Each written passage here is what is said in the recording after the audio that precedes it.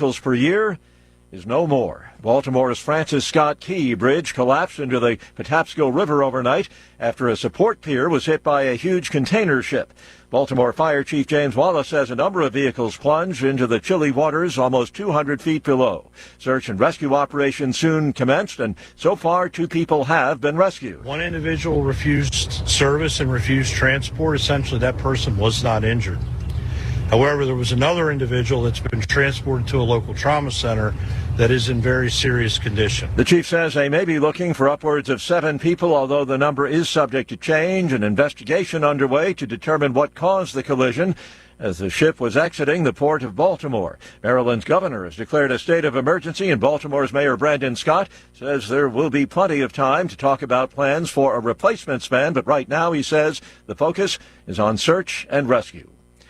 No get-out-of-jail card for American journalist Evan Gerskovich. Accused of spying, he'll remain in a Russian prison, at least through the end of June. The 32-year-old U.S. citizen was arrested in late March 2023 while on a reporting trip and has spent nearly a year behind bars. Gerskovich and his employer have denied any allegations, and the U.S. government has declared him to be wrongfully detained. His arrest has rattled journalists in Russia, where authorities have not detailed what, if any, evidence they have to support the charges. I'm Charles de Ledesma. Argument scheduled before the U.S. Supreme Court this morning, a case focusing on the availability of the abortion drug mifepristone.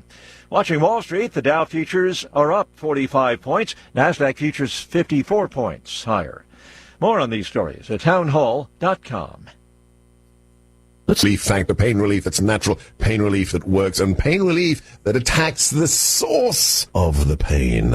That's the experience of tens of thousands of Americans who are taking Relief Factor right now. See their incredible video endorsements at relieffactor.com and then order your 3-week quick starter pack for just $19.95. That's less than $1 a day. Find out if it can work for you like it works for me by ordering your 3-week quick starter pack today. Relieffactor.com, relieffactor.com. Be the next success story. She's gone from reporting on the sidelines to making sense of the headlines. It's the Michelle Tafoya podcast on the Salem Podcast Network. There are people, Democrat operatives, that are saying, things are not looking good. Maybe Mr. Biden needs to bow out. Maybe the president needs to take a look at what's best for the party and say, you know what, I'm not going to run again. Subscribe to the Michelle Tafoya podcast today on Apple, Spotify, Google, YouTube, Rumble, or at SalemPodcastNetwork.com. China is answering charges from the U.S., Great Britain, and New Zealand that it is responsible for a state hacking operation affecting millions of people in the West. The US and the UK have imposed sanctions on individuals and groups that they say targeted politicians, journalists and critics of Beijing. China's foreign ministry has responded, claiming the evidence presented by the UK is inadequate and accused both Washington and London of hyping up the charges against Beijing.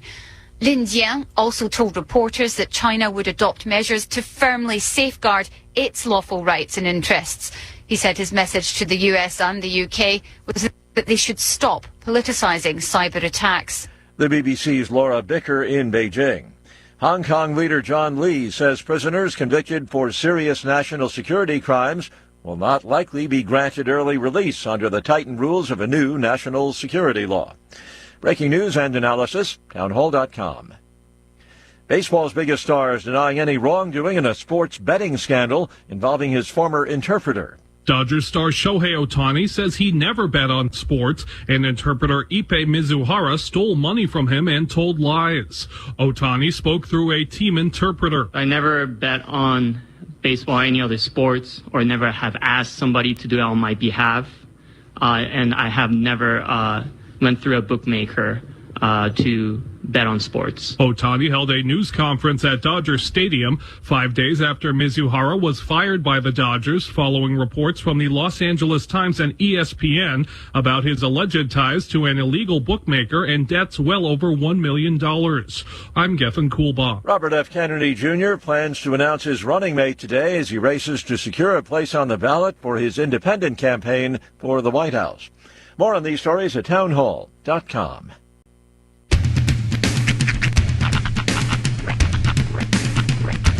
What in the wide, wide world of sports is going on here?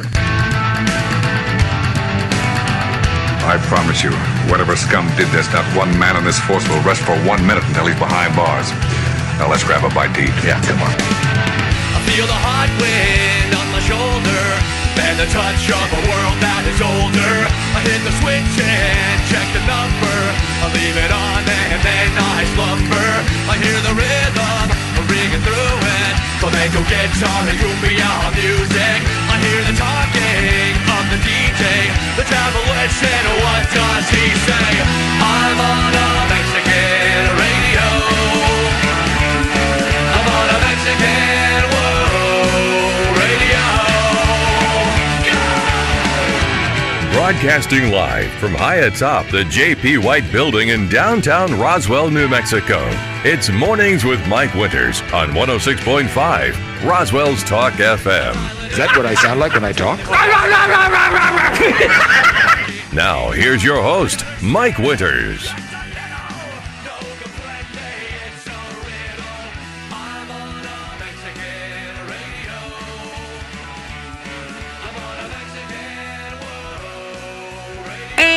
Good morning, one and all. Welcome to Mornings with Mike Winters. I am he.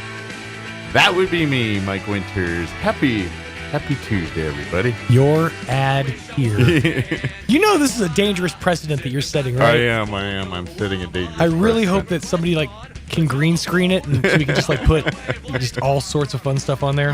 Well, happy Tuesday, everybody. Yes. For folks watching the video this morning, if you're listening on the radio, it sounds exactly the same. Mm-hmm. But if you're watching on the video this morning, you might notice that I've got some new headgear for the day.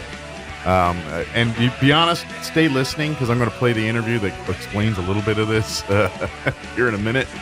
But I'm suppose you're wondering why I'm wearing a big Historical Society for Southeast Mexico logo on the back of my head, dinner plate size, and it's basically it is taking the place of my chrome dome on the video this morning. So if you're wondering why there's a Historical Society for Southeast logo on there, that's a little fun we're having this morning.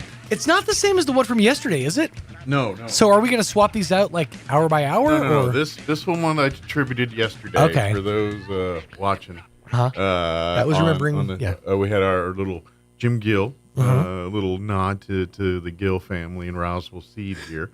So, now you're a snowman. I need one more, right? Yeah. And then we got a little snowman. But so I donned that yesterday. And matter of fact, we're going to play our interview with Amy here in just a few. We're explaining this, and then I go back. I go to this one today. But nice. We have an anonymous donor that is said he'd give, and he's just for if you see Big Flat Mike same person is in on this one, and he basically donating $1,000 to the Historical Society if I do this. I love. So I'm doing it. somewhere out there, there's a man who's doing the most good out of bullying you. I mean, it really does come down to that. Did you have a bully in high school? I mean, not one per se. I mean, there was a couple that would mess with me. Because I wonder if that dude was just okay, let me ask middle school. I had more. Let me ask you a more important question. Yeah. Did you bully anyone else in high school? No, I wasn't a bully. Okay, I was fair not enough. a bully. Because there's that one kid that's just sitting there biding his time, whittling something down, and he's got coming after me. He's got 16 Bitcoin back in his vault. Now, in my life, have I bullied someone? Yeah, I think I have. But that guy's got. It's in my head, they were jerks. Like Steve Buscemi and Big Daddy. He's just got a bunch of names on a list. Well, that was nice of him. Put his lipstick on. I don't think I was Big Daddy. I think it's a different movie I'm thinking of. It was Billy Madison. Or Billy Madison, yeah. Yeah, Billy Madison. Yeah, Billy Madison. That's what it was. No, his character in Big Daddy just wanted an Egg McMuffin. Yes, sausage, McMuffin, egg McMuffin with sausage. He stopped serving it at 10:30. And then he was Grown Ups. He was one of the rival gang. Remember, he was the one. Yeah. He went down the water. What do they call it? Not slide, but what do they call the those things? drain chute thing, or the zip line. Yeah, zip line. Thank you. I can remember zip line. He went down the zip line and he got in the full body cast. Mm-hmm. And is it good? Yeah. Anyway, by the way, speaking of dumb Adam Sandler movies, like all over the internet is a buzz with a Happy Gilmore 2 that's coming out. Really? Like Shooter McGavin, the actor that plays Shooter McGavin. Now he is all over saying there is a and like it's like on legit news source. I've seen like ABC. See, that's the thing. I've seen it on news sources that don't normally troll people. I've been duped so many times in the last year. So either the networks are getting trolled. According to Christopher McDonald, there is Shooter McGavin himself said that they're shooting a Happy Gilmore 2. It's kind of weird that like weeks after we lose Chubbs, right? That they announced there is a second Happy Gilmore. Now that I'm curious, I guess I'm assuming nothing was filmed. Probably not yet. Because that would have been wild if they said, yeah, there is, and we got some Chubbs in there before we lost him. That would have been amazing. But I don't think that's what happened. No. So, Carl Weathers. By the way, Happy Gilmore is a great movie. It is over the top because of Carl Weathers. Oh, yeah. It's over the top because of a lot of things. But Carl Weathers. But Carl Weathers is the chef's kiss on this bad boy.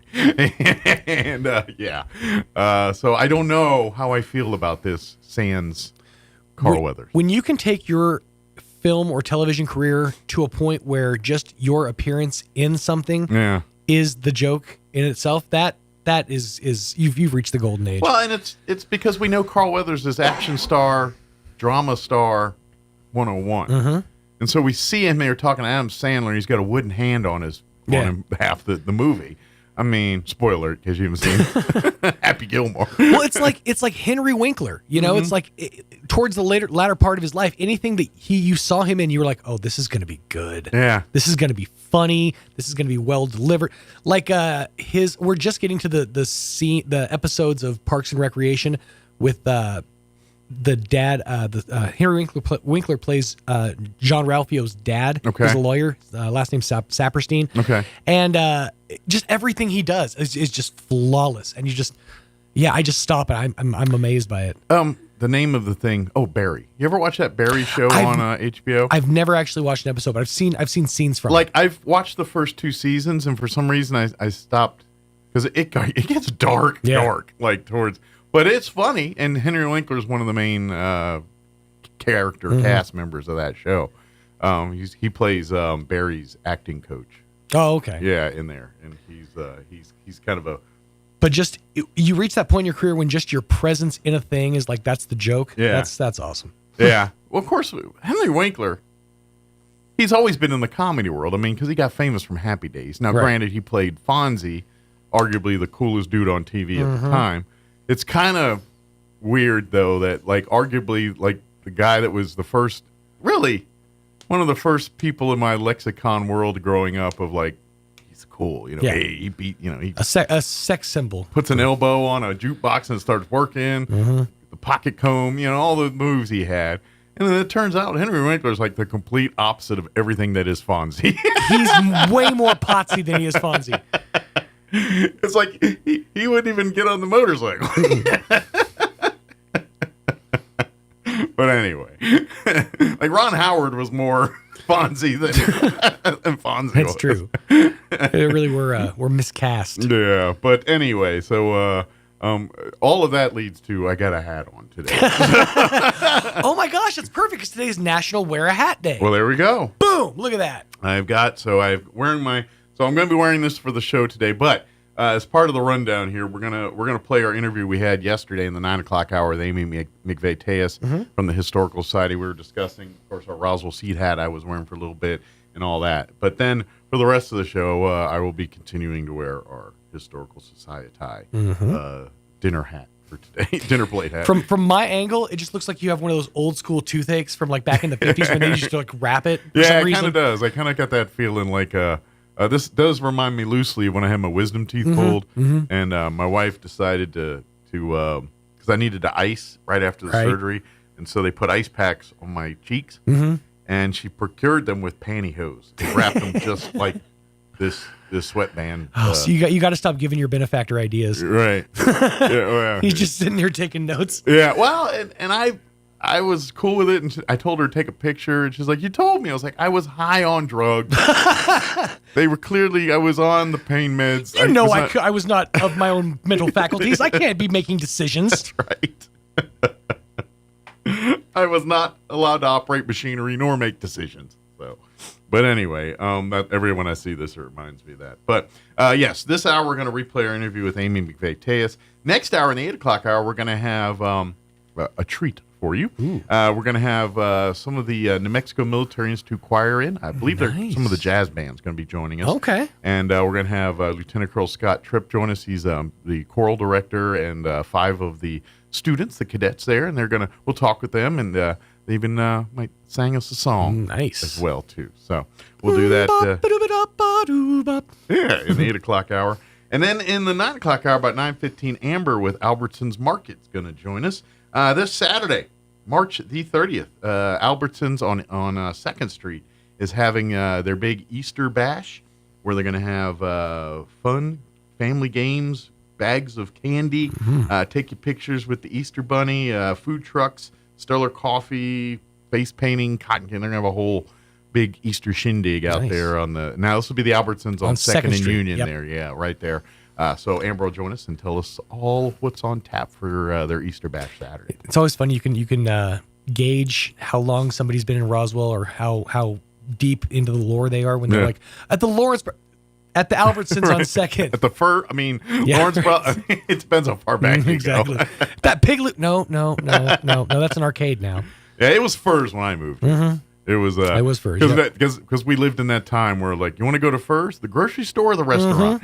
Both. Well, and it was real confusing too, because back in the day there was a Furs on South Main. Yeah. Right, like right near the Furs restaurant too. Well, so. yeah, because there was like 3 Furs if I remember. The second. There was the South Main. And then where Big Lots is now. Yes, and there was the one where... Yes. Yeah. Yep. And then the first cafeteria was on South Main by the South Main Furs. And this is that point where, like I was telling my kids, I've reached that point in my life where I've become the guy, or I've become my dad. When we used to drive around like his little neighborhood, he's like, that used to be a... Oh, yeah. It's like literally, I told my kids, that right there, that used to be a Tasty Freeze. I'm like, oh no. What have I done? That's all right. They're going to do it to their kids, yeah. too. Your grandkids will get the same lecture from you. That right there used to be a vape shop. That's right. So did that place and that one and there. That was a dispensary. Fun times. But that just keeps going. And that place opened the 1 year they approved medicinal crack. I'm having vibes of Idiocracy, the beginning of it again, and with the Fuddruckers. Oh, God. That's what I got in my head playing right now. Easy now. Right. If you don't smoke Tarleton's. It's a shame. Carl's Jr. now with your kids. But anyway, let's see. It's 7:18. Probably should get the interview going and everything rolling here. Let's take a look at your weather. There is a slight chance of rain today. So they're saying. But there's a bigger chance it won't rain. Here's your weather. I'm meteorologist Steve Hamilton with your Pecos Valley weather. A little gusty today, wind at 15 to 30 miles an hour. We have a little stationary front off to the east, so we do have a slim chance of a shower, but we should see some sunshine too. Overnight clearing up and our low in the mid to upper 30s and still a little bit windy. We get sunshine on Wednesday, not as windy, just a little breezy, and our high close to 70. That's your latest forecast. I'm meteorologist Steve Hamilton. Thanks, Steve. Currently 30 degrees here in Roswell. Humidity is at 72% with winds out of the north at 5 miles per hour. Excuse me, hiccups. For today, we are looking at a 20% chance at showers for the afternoon. Mostly sunny and 62 for a high today. Winds will be out of the north 5 to 15 miles per hour. Partly cloudy tonight. Expect an overnight low of 39 degrees with west winds 10 to 15 miles per hour. For you Wednesday, sunny, warmer, and breezy. Expect a high of near 70 tomorrow, but the winds will be out of the northwest 10 to 15 early, increasing 20 to 25 miles per hour. Could see wind gusts as high as 35 miles per hour by Wednesday afternoon. Tomorrow night, mostly clear. Overnight low of 33 degrees. Northwest winds 10 to 15 miles per hour. They'll drop down 5 to 10 after midnight. Thursday, sunny, warmer, 78, pushing 80 for a high. South winds 5 to 10 in the morning, 15 to 20 for Thursday afternoon. Friday, mostly sunny, highs in the mid-80s, 85 there. And then for your Easter weekend, Saturday, partly cloudy and 83. Easter Sunday, partly cloudy and breezy with a high of 87. Yeah, 87, pushing 90 on Easter Sunday. But with the winds, it won't quite be there. All right, it is 7:20. We're going to take a 3-minute break, and then we're going to play our interview we had yesterday with Amy McVeigh-Tejas from the Historical Society for Southeast New Mexico. We'll be back on the other side. Don't go away. Good morning, this is Smiley Wooten at the Roswell Livestock Auction. 1,600 head of cattle sold on Monday on a steady to higher market with excellent buyer attendance compared to last week. Stocker calves sold 5 to 10 higher, feeder cattle steady, packer cows and bulls steady to 4 higher, 3 to 400 pound steers 395, 4 1/4, 3 to 400 pound heifers 335, 365, 4 to 500 pound steers 342, 395, 4 to 500 pound heifers 295, 335. 5 to 600 pound steers 311, 342, 5 to 600 pound heifers 285, 295, 6 to 700 pound steers 240, 311, 6 700 pound heifers 238, 257, 7 800 pound steers 240, 243, 7 800 pound heifers 220, 238. Packer cows 118, 134. Canner and cutter cows $1 to 115. Packer bulls 140, 154. Feeder bulls 125, 135. Top half the cow calf pairs $2,200 to $2,700 per pair. Top half the bred cow $1,700 to $2,400 per head. Mark your calendar. Next week's sale will be held on Tuesday in observance of Easter Sunday. And we do appreciate the business. Talk to you next Tuesday morning. This is Smiley Wooten, Roswell Livestock Auction. The Roswell Symphony Orchestra proudly presents Pines of Rome, Saturday, April 27th, 7:30 p.m. at Pearson Auditorium in Roswell, featuring guest soloist Ariel Horowitz. You're invited to the pre-concert event at 6 p.m. at the Daniels Leadership Center, featuring special guest Dr. Jim Shearer. Tickets and more information at roswellsymphony.org or call 575-623-5882. Sponsored by Sarah and Robert Armstrong, New Mexico Arts, Pioneer Bank, Pepsi, and KOBR TV8. Ad paid for by Roswell Lodgers Tax. Springtime is the perfect time to visit Martin's Jewelry and Gifts in Roswell with an unparalleled selection of jewelry and gifts for the season. Easter will be here soon. Celebrate with beautiful jewelry, medals, crosses, picture frames, and keepsake boxes too. Mother's Day is on the way, and Martin's can personalize any piece for a one-of-a-kind gift. Celebrate your graduate with gold and silver pendants, rings, earrings, chains, EcoDrive Citizen watches, and more. And with store-wide savings up to 50%, you can't lose. Layaway or right-away, spring into Martin's Jewelry and Gifts, 3301 North Main in Roswell. At Richland Motors, it's never been easier to sell or trade your current car, truck, or SUV for a newer model to hit the road in. Even if you don't purchase from Richland, they want to buy your vehicle for top dollar. But if you do buy from Richland, don't forget, they're the home of the powertrain warranty for life. That's a whole lot of confidence for you. See Richland for details. 2nd and Sycamore and 1309 Southeast Main. Every bunny, get ready for a hoppin' good time just in time for Easter time. It's Albertsons Market's Easter Bash 2024. Saturday, March 30th, noon till 3 at Albertsons at 2nd and Union in Roswell with family games, food, and of course, bags of candy. Plus food trucks, stellar coffee, cotton candy, popcorn, and face painting. And you can even get your picture taken with the Easter Bunny. Albertsons Easter Bash, Saturday, March 30th, noon till 3 at the place where the party's hoppin' and everybody's ecstatic. Albertsons at 2nd and Union in Roswell. See you there. Here's a Mornings with Mike Winters fun fact. There are 293 ways to make change for $1. Try all 293 on the guy who keeps borrowing money from you.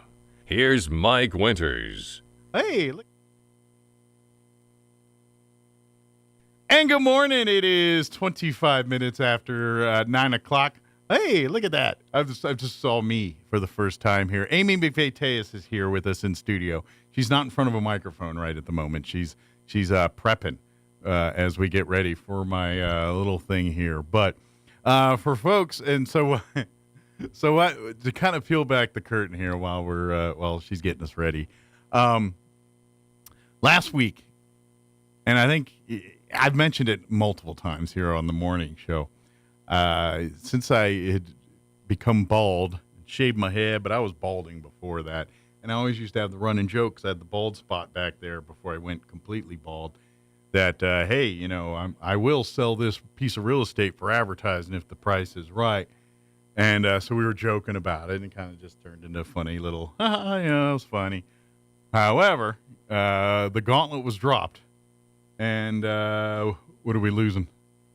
Sign? Yeah, it's all right. And so the gauntlet was dropped that someone said they would donate money if I utilize my real estate space back here, also known as Dome de Chrome. So we're going to do that. But so to honor it tomorrow, throughout the show tomorrow, all day for the 3-hour show tomorrow, I'm going to wear the logo of the Historical Society for Southeast New Mexico. And a person who does not want to be named has agreed to donate $1,000 to the Historical Society for Southeast New Mexico. Maybe can you? Hey, what if I wear it like a What if I wear this like this?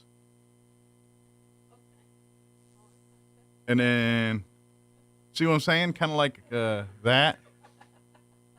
Oh, that looks bad.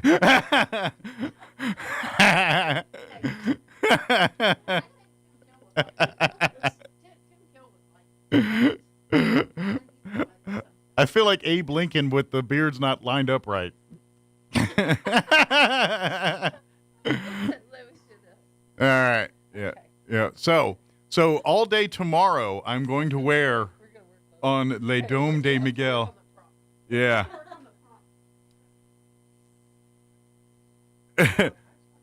Yeah, we have Gorilla Tape and we got Scotch tape. Yeah. We're trying to find good tape to stick to human. Maybe I just have to go directly to Dome. That's true. Well, for right now. All right. All right. Well. So do we need to turn it around? Or do we?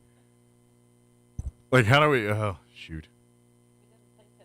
Well, I think it'll show up on the back of the other camera shot. Can we do the other camera? Yeah, that way they can see. Yeah. Can we see it? This camera's not on? Yeah, flip the other camera and see if. Okay. Yeah. Sorry, we're doing this on the fly here. So, yeah, there we go. Okay, there's the. Oh, there it is. Perfect. See? Now, tomorrow. It's like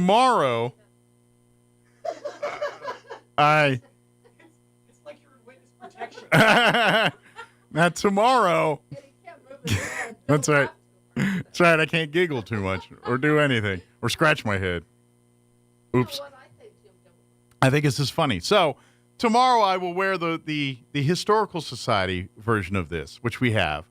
But today, because we want to honor a dear friend of not only the community of Roswell, but the Historical Society, Jim Gill and the Roswell Seed family. Of course, we lost, our community lost another champion with the passing of Jim Gill. It was a beautiful ceremony on Friday. You were there and got to see it as well, too. Very special. I think the fact that you probably laughed as much as you cried Friday is a true testament to what Jim Gill was. You know what I mean? He made you laugh and made everything enjoyable. So as our little homage and tribute, and I think he would appreciate our goofiness here, for this interview and the rest of the show, we will don the Jim Gill Chrome Dome advertisement for Roswell Seed. And yeah, we'll figure it out. Yes. Well, and for folks that don't know, the Historical Society and the Humane Society were two of many, but one of two Gill family's tentpole passion projects. They really helped out the Historical Society in so many ways, financially, physically, too many to really give you the list here. And equally as much with the Humane Society as well too. They so many events and things. They just pay for all the food and pay for all the, when they try to have a fundraising event or something. They basically anything that cost laden, we'll just pay for that so you can make profit and help the shelter out. They quietly been doing that kind of stuff for so many years.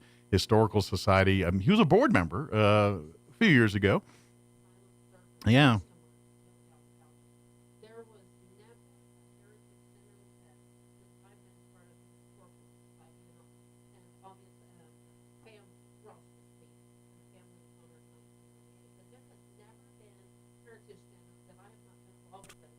That they did not have a whole table.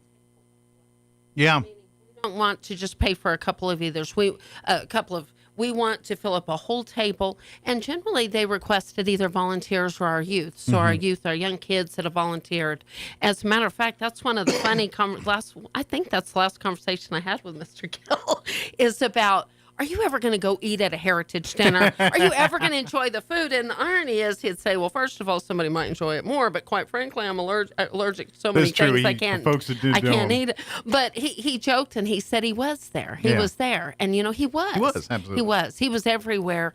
And my husband and I were speaking of, you couldn't see in that darn whole building because of all the donations he had made of sponsorships. Absolutely. So that, in my mind, that's the first thing I think of too, is just that whole. You couldn't see in Roswell Seed because they had sponsored so many kids. Absolutely. Well, and and obviously, for folks that don't know, Roswell Seed has been a business for 125 years or something like that. They're very historically significant. Exactly. Well, there's a reason why they're around like that, and the Gill family and the people that have established that it's over the years it's the track record of the studying of Roswell Seed and what they do. Their expertise. Arguably, if you need seed and product and things, they're the best in the business when it comes to that around here. But then on top of that, you take that knowledge and then invest back into the community like the Gill family and Roswell Seed has done. You can't have a fair out at the fairgrounds without the Gill family and Roswell Seed involved in some way, shape, or form. You can't have many youth or other organizations having their events or of annual things without the Gill family or Roswell Seed some way, shape, or form, either directly or indirectly helping make things happen. I think that one of the ironic things I was thinking about over the weekend, and we paid homage to him because we were in Las Cruces, so I was thinking about him over at Mexico State. Yeah. But he gave me a hard time. I didn't have quite the green thumb, but I think the part I am most honored is to have planted seeds, and that's human seeds. He planted seeds of impact that are a family chain link from here to California, I would imagine.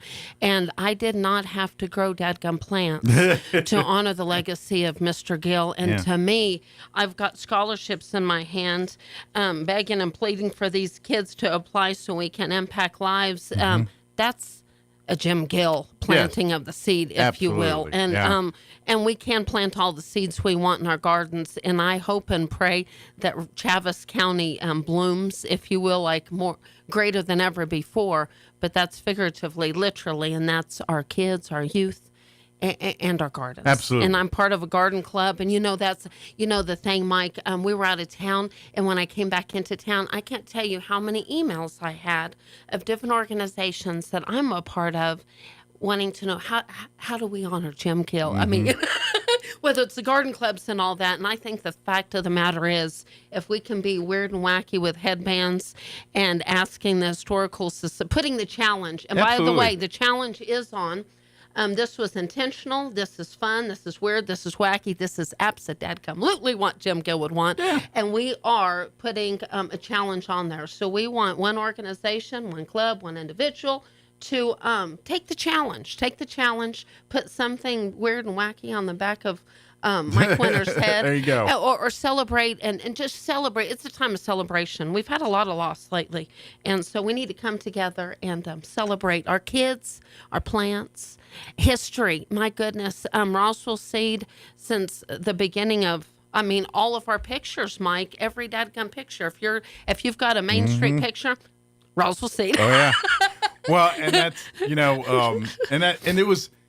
That was one of the beauties of Friday when they were the stories people were telling. Every one of them was impacting youth stuff or his impact in some way, shape, or form. The scholarships that you were talking about earlier, he impacted so many ways there too. But also were those funny, lighthearted stories and the pictures. Yes. And they kind of did the picture stuff before, which was kind of a nice thing before while people were sitting and waiting for the thing to begin. Yes. You got to see all the pictures. And the thing and this is someone like me who only knew Jim in the later years here I moved here in 20 years ago, but I knew Jim more in the later side of things when he's more established and not seeing Jim as a younger man. And so to see those photos of him, by the way, his mustache game in the 1980s, he had Tom Selleck jealous. That's all I'm saying. Tom Selleck's probably looking at that man's stash and going, man, that's a good stash. He had mustache. Because Jim Gill had it was a good stash his whole life. But his 80s stash was strong. Hey, and you can respect. There's some respect there. There was a strong stash game. I was impressed. I love that Jim Gill voice. Like I say, it's right. And I think that during this time, my husband and I, again, were speaking of, okay, it's that time of the year. We're going to Roswell Seed. Yep, exactly. Yeah, there is so much a part of the fabric of Roswell that it is going to be hard to imagine the Gill family, Jim Gill not being a part of it here. And as we move on and as Roswell Seed moves on and whatever happens next, we are so thankful for the time we've had. Yes. And we put a smile on that face. Give a joke when you need to. Do what you need to do. Yeah. Let's smile. Let's laugh. Let's enjoy. Let's plant seeds. I've never heard a church laugh harder than when we played the medley of radio of Jim's sayings and everything through his radio ads out there, because it's all old farmer tales and farmer wisdom, and it was just one was funnier than the next, and it's just over the years of him doing those ads and telling his stories, you forget how much of an impact it has till you start hearing them all together. It's like, man, I forgot how much he's impacted. Well, and I think that's something, Mike, that we represent on behalf of the Historical Society is our lives are so busy. We're all working hard.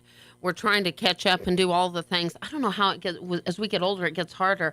I don't know how in the world all these amazing people like Jim Gill did everything they did, impact so many lives, and we're just spinning around trying to catch up. But on behalf of the Historical Society, I think it's so important in all seriousness.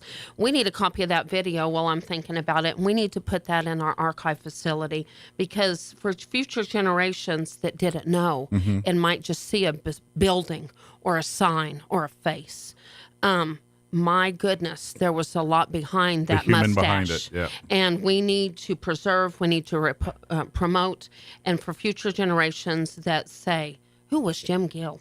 Those are the things we need. And I am so proud to be part of the Historical Society. We may not get everything right. We work our butts off to try, and I think the intention's there to promote and preserve history, if you will. And I never thought of we would be speaking on the radio against past tense of Jim Gill. But as far as I'm concerned, his legacy will live on forever, surpassing all of us. And we just need to do anything and everything we can to honor his legacy. And think about those posters. Think about those kids. Think about everything we can do right here, right now, to get over ourselves and shut our gripey, groaning mouths and do a Jim Gill something. And that is laugh, plant, help, bless, smile, Make the world a better place. Oh, my goodness. Yes. So the challenge is greater. It's not about the back of Mike Winters. Yeah. This is just us being goofballs, but it's what Jim Gill would want us to do. And it's not a somber time, because I think it is clear and evident. We need to say, well done, good and faithful servant. And he's going to go live the Lord life. We're celebrating a life well lived. Oh, my gosh. Yep. Yes. Yep. Yes. But Jim Gill would also individuals listening to be reminded after the end of this week, ladies and gentlemen, our deadline will surpass. Yes. And we are low in numbers with applications. It appears we've got a little bit of a slacking epidemic. It is Manana City. Like, in everything that's going on. Next level. Like team leadership, we were having trouble getting people. And then at the last minute, everybody Desi, if you're listening, Mike, we were at 11:30 at night, deadline night, still getting things. So we should be in high numbers, and we're not. Yeah. And God bless these kids that are doing a lot of things. They need to get their tails home and apply for our scholarships. Hopefully you worked on these in the spring break here, and you're just dotting your I's and crossing your T's. And I know I was sending emails late last night. We've got it on newspaper, radio, TV. I mean, we've got it all covered. But humanities and arts, STEM, character, and continuing ed, the support of people like Jim Gill help us to do what we're doing, including the Linda Hayes Trust. But these kids need to apply. And the deadline is March the 29th.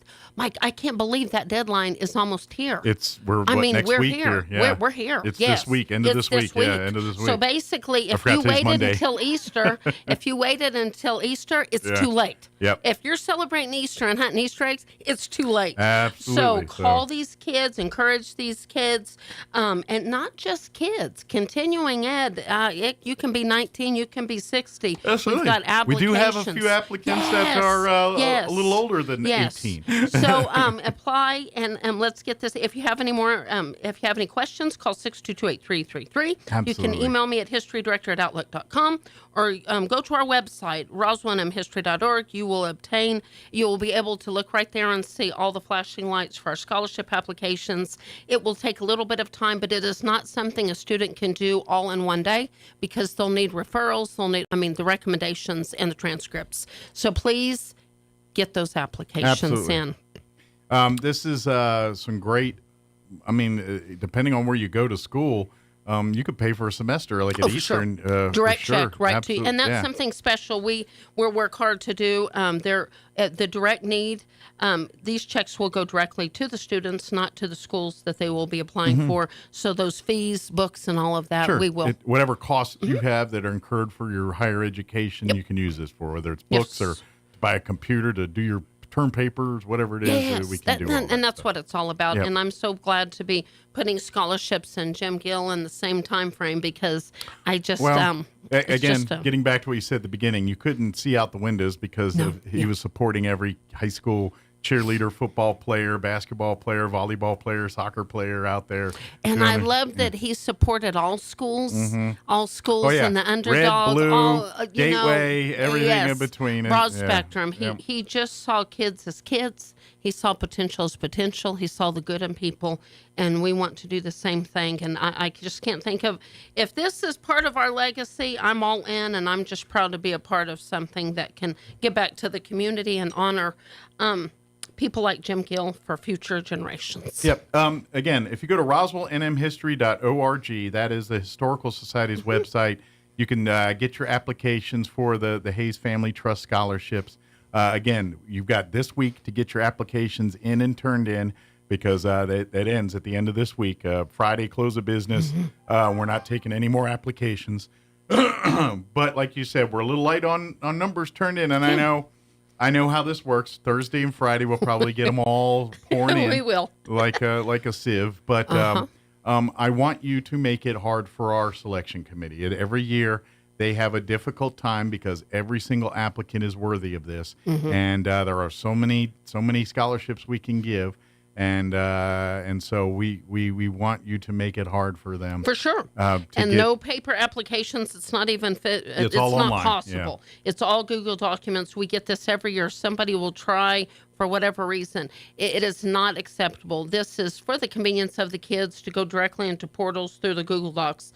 We cannot accept any paper applications. They would need to all apply directly through the Google Documentations. I think somewhere out there on the email and the website Abyss, there's some paper application from like 5 years ago. Yeah, don't use that. Don't use that. Well, to be honest, the scholarships aren't even the same ones. No, they're not. We've added since then. And I'm proud to say, you're right, we keep adding. And quite frankly, if you use the old application, the numbers are higher. I was saying you're lowballing.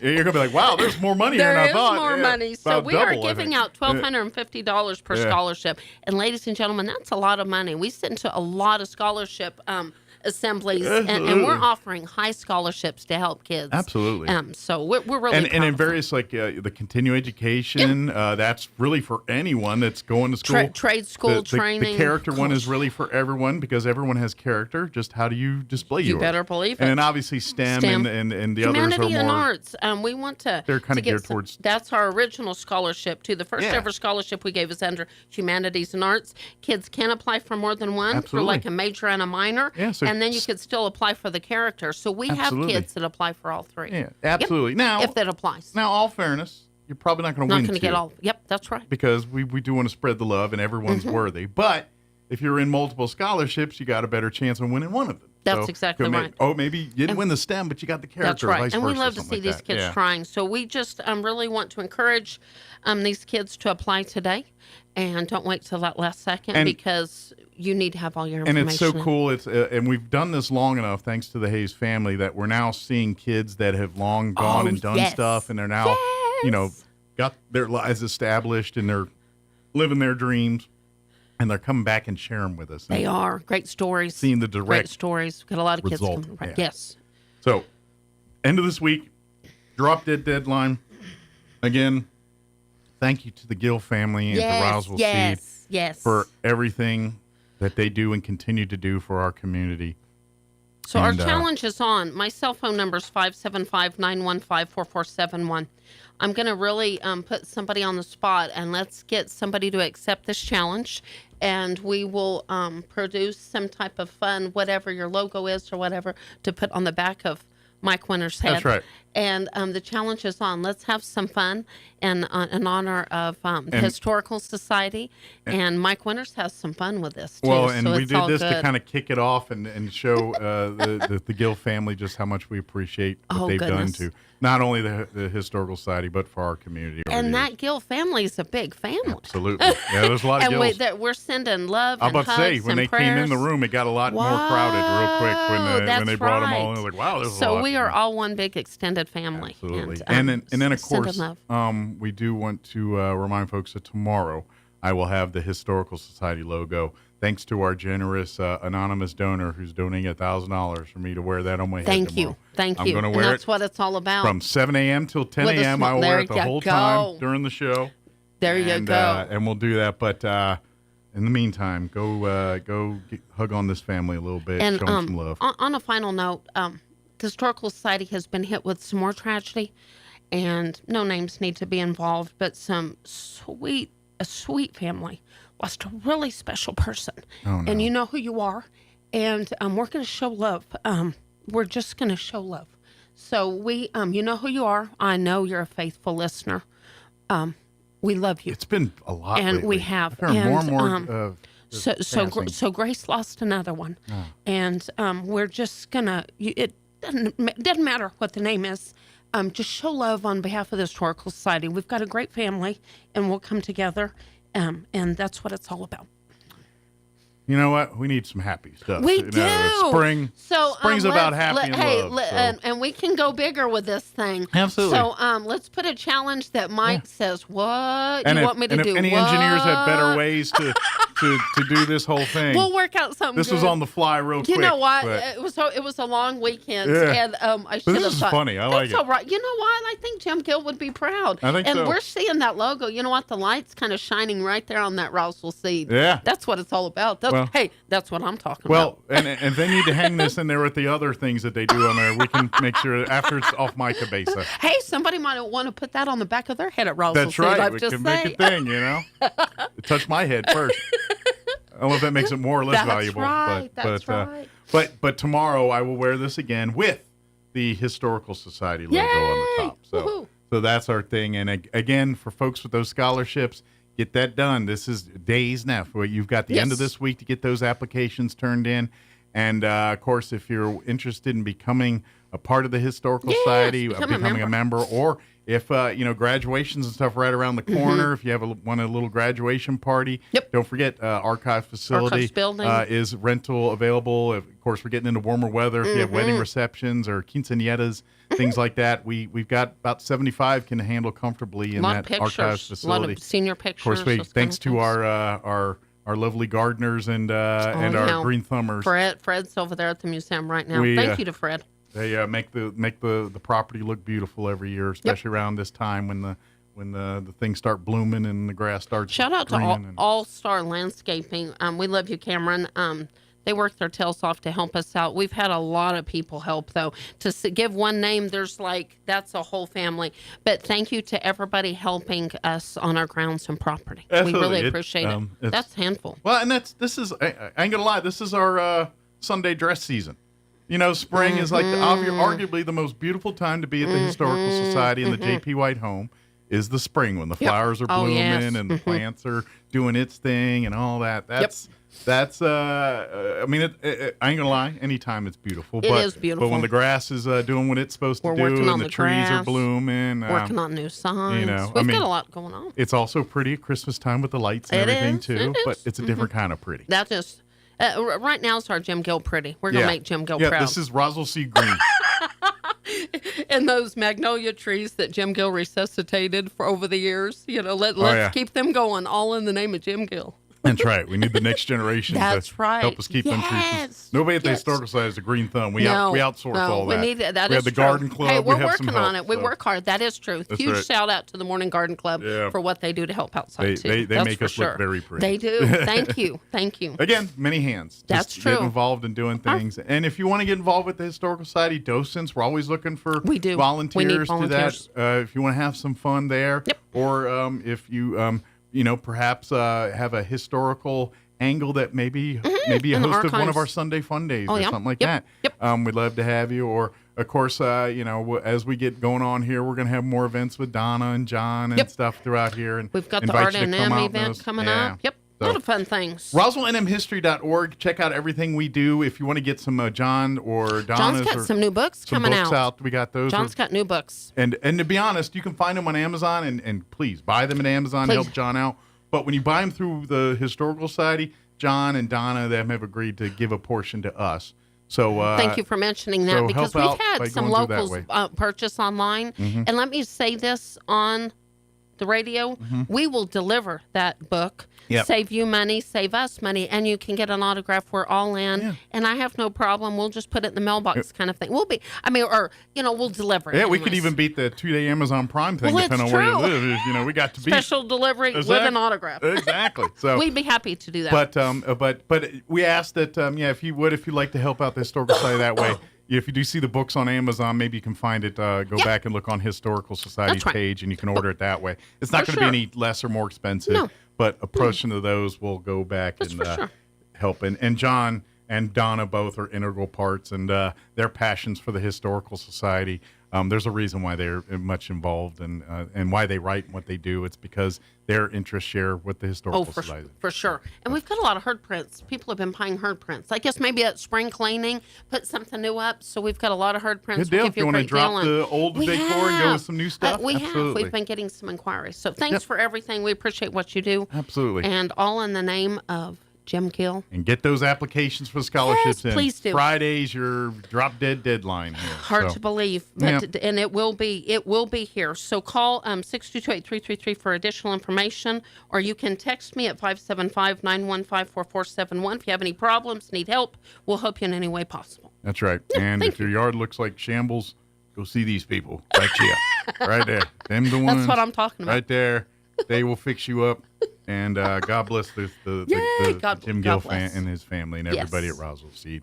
We're praying for you and praying that that we give you loving support during this time of grieving for you guys and everyone. Yes. But particularly the family that day in and day out had John. We're lucky enough to have Jim Gill in their life every single day. That's for sure. Yeah.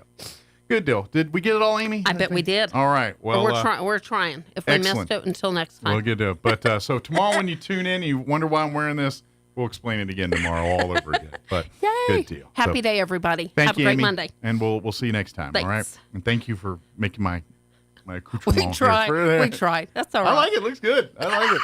Not bad. Hey, it does got that effect. You're looking right into it. That's a good thing. Dare I say it might help me out in the sun a little bit too. So got to wind up for him. All right, 9:55. Let's pause for news, and you're handed the update before they kick me off the radio. Case that left one person dead. The shooting Sunday afternoon in the 40 block of East Byrne Street, when police say 20-year-old Martin Soltero III drove a pickup truck and fired multiple rounds into a car parked on the street. The victim, 53-year-old Freddie Allen, was sitting in the driver's seat of the car and was killed. Police said Allen and a friend had arrived at the home, and the friend had exited the car and was walking up to the house. A few hours later, the pickup truck was located and pulled over near South Richardson Avenue and West Albuquerque Street. Soltero was the lone occupant and was detained at that time. After questioning, Soltero was arrested Monday morning. He's being held at the Chavez County Jail. No motive for the crime has been discussed by Roswell police yet. The Eddy County Fair Board has approved spending about $25 million for upgrades to the fairgrounds in Artesia. The upgrades will include a new 77,000 square foot livestock and multi-purpose arena. Eddy County commissioners have already voted to approve helping to pay for some of the price tag. The Fair Board says it still needs to raise about $10 million, so they're reaching out to nonprofit groups and the private sector.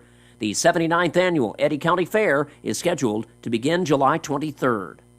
You're up to date. I'm Jared Sorello. After years of creepy hosts doing who knows what, Airbnb is finally putting an end to the weirdo indoor security cams. I'm Kim Commando, brought to you by Oracle Cloud Infrastructure, featuring NVIDIA GPUs.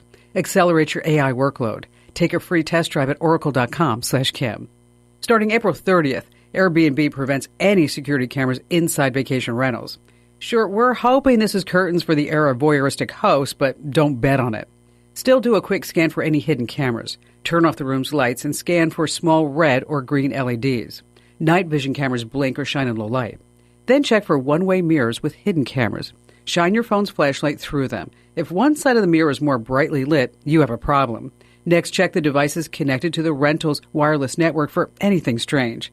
And if all this is just totally freaking you out, pick up a hidden camera detector on Amazon. A good one is around $50. And if you do find a hidden camera, call the police. Get tech smarts the easy way at getkim.com. AI might be the most important new computer technology ever. It's storming every industry, and literally billions of dollars are being invested. So buckle up. The problem is that AI needs a lot of speed and processing power. So how do you compete without costs spiraling out of control? It's time to upgrade to the next generation of the cloud. Oracle Cloud Infrastructure, or OCI. OCI is a single platform for your infrastructure, database, application development, and AI needs. OCI has 4 to 8 times the bandwidth of other clouds, offers one consistent price instead of variable regional pricing, and of course, nobody does data better than Oracle. So now you can train your AI models at twice the speed and less than half the cost of other clouds. If you want to do more and spend less like Uber, 8x8, and Databricks Mosaic, take a free test drive of OCI at oracle.com/Kim. That's oracle.com/Kim, oracle.com/Kim. It's time for the Chavez County Sports Reports. The Roswell Coyotes will be having a 2 for Tuesday day today, a doubleheader against Portales. It'll be on the road. Roswell is 3-5 overall, and they'll take on the Rams starting at 5 o'clock this afternoon. Roswell's looking for a better outcome than their last outing on a Tuesday. That was last week, losing to Lovington on the road 10-0.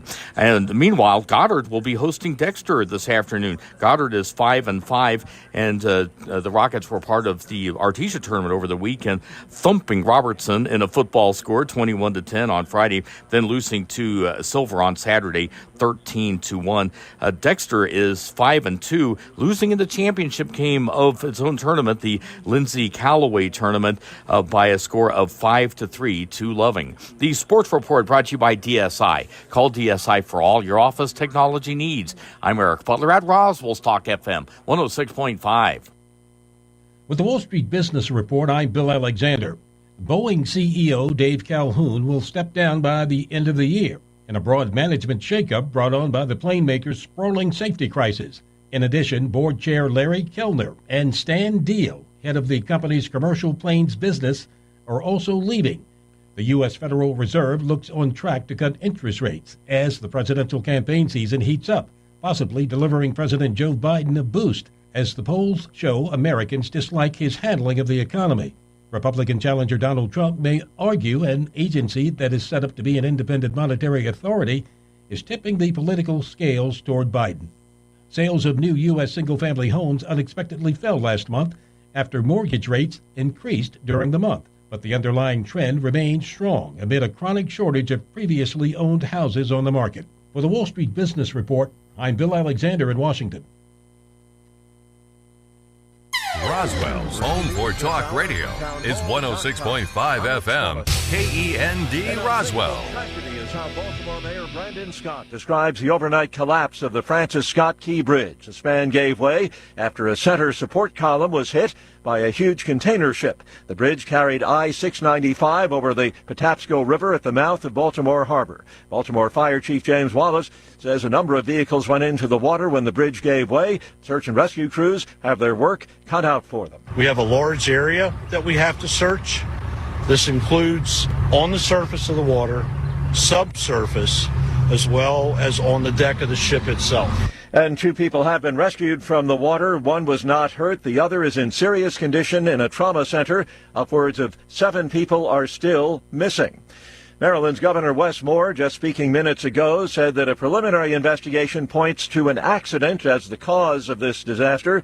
He says there was no credible evidence of a terrorist attack. Meanwhile, shipping suspended at the Port of Baltimore. It's one of the country's major port facilities. Abortion-related arguments getting underway this hour at the U.S. Supreme Court.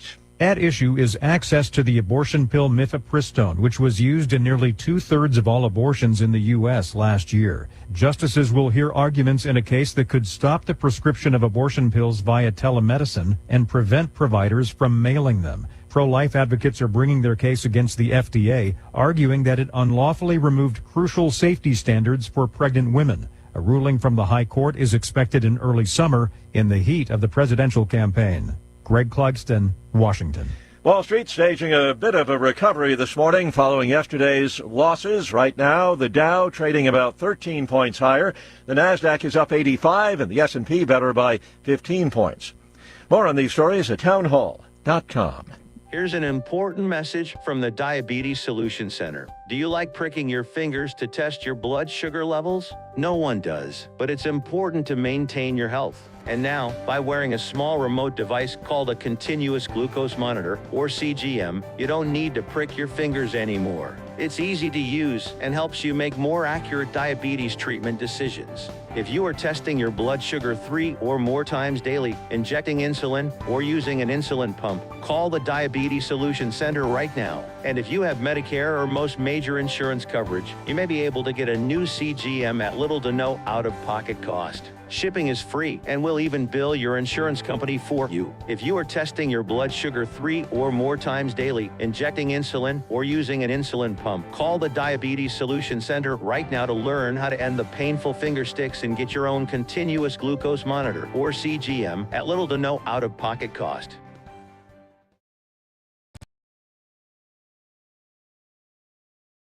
The city's new security law. Hong Kong's leader, John Lee, has defended the city's new national security law in a press conference, telling the media that foreign politicians may not like the new national security law, adding that in his view, harsher laws exist in other places. Referring to the law, Lee says prisoners convicted for serious national security crimes usually would not be released early under tightened rules, signaling the government's hardening stance against jailed political activists. I'm Charles de la Tesma. Bulgarian customs officials have confiscated roughly 370 pounds of cocaine from a ship transporting bananas from Ecuador. Prosecutors say the drugs were hidden in a fruit container on the vessel, which also made a stopover in Malta. They value the cocaine at roughly $6.8 million. Bulgaria has taken steps in recent years against drug trafficking. Breaking news and analysis at townhall.com. Thousands of Southern California hospitality workers ratifying a new contract with 34 hotels following a series of strikes since last summer. Unite Here Local 11 says that workers won higher pay and increased employer contributions to pensions. They also won fair workload guarantees, among other provisions of a contract that received 98% approval. Room attendants, cooks, and other non-tipped workers will receive wage hikes of $10 an hour over the term of the contract. That represents a 40 to 50% increase. The union is still working on contracts for an additional 30 other hotels. I'm Lisa Dwyer. The NYPD mourning the loss of one of its own. A New York City police officer shot and killed. This happened during a traffic stop yesterday afternoon in the Far Rockaway section of Queens. The officer was approaching the vehicle when he was shot. The suspect is in custody. More on these stories at townhall.com.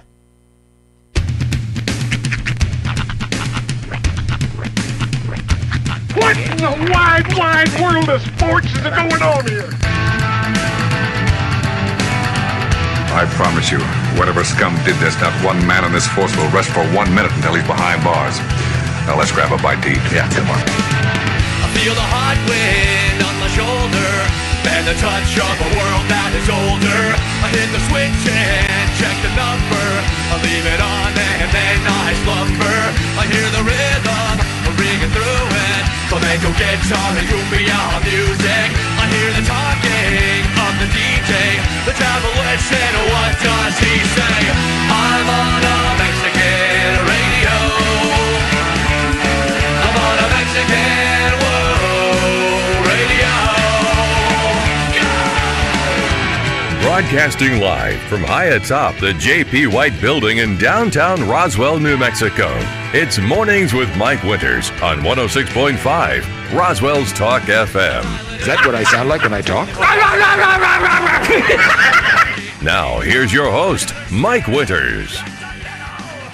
And good morning. It is 6 minutes after 9 o'clock. That guy's, or 8 o'clock. Gotta let him squeak in. Welcome to hour number 2. The Deuce. Of Mornings with Mike Winters. Right here on 106.5 Roswell's Talk FM. Yes, he had to come in just to do that. So we got a full studio. We got some of our New Mexico Military Institute cadets here. They're going to be singing here in just a bit, so they're getting set up. And of course, we're continuing. If you're just tuning in, wondering why I have a big old thing on my head, that is our little bit we're doing here for the Historical Society this morning. So we're raising money, so and protecting my dome at the same time. So if you're just wondering, if you just tune in, like if you were here earlier, you know the whole story. But if you just happen to get on the radio this morning and wonder why, or get on the computer and wonder why that's going on, that's what's going on. By the way, of course, in the news this morning is the bridge collapse in Baltimore, the Francis Scott Key Bridge. This one's hitting close to home for me. I'm from D.C., Maryland area. I've been over that bridge multiple times. It is of all, like, I'm a scared of heights guy, but my heights are like, you put me on a 12-foot ladder and it scares the living daylights out of me. But usually if I'm like in a tall building or something, I'm okay. Bridges don't get me too bad, except one. There's been one bridge that makes me nervous every time I go over it, and it is that bridge, the Francis Scott Key Bridge in Baltimore. It's a tragedy, but B, the timing was a lot better than it could have been. A whole lot worse. That boat, it was a cargo ship that hit the support beam on the bridge and caused the bridge to collapse. From what I've seen video and everything, it's kind of looking like the boat was having some issues. Like they were saying the power was flashing in and off before it actually collided with the bridge there. And but anyway, the bridge collapsed, and I mean, there's footage online. I've seen it, a couple different angles of it and everything else, and it's the whole bridge collapsed, and that's for people that don't know that area, that's a big deal. It's first off, the Francis Scott Key Bridge is on the Baltimore Beltway. It is a major artery around Baltimore. It is basically when you hit the bay, the river there, the part of it that where the bridge is, you either have one or two choices. You can go over the Francis Scott Key Bridge, or you can go through the Harbor Tunnel.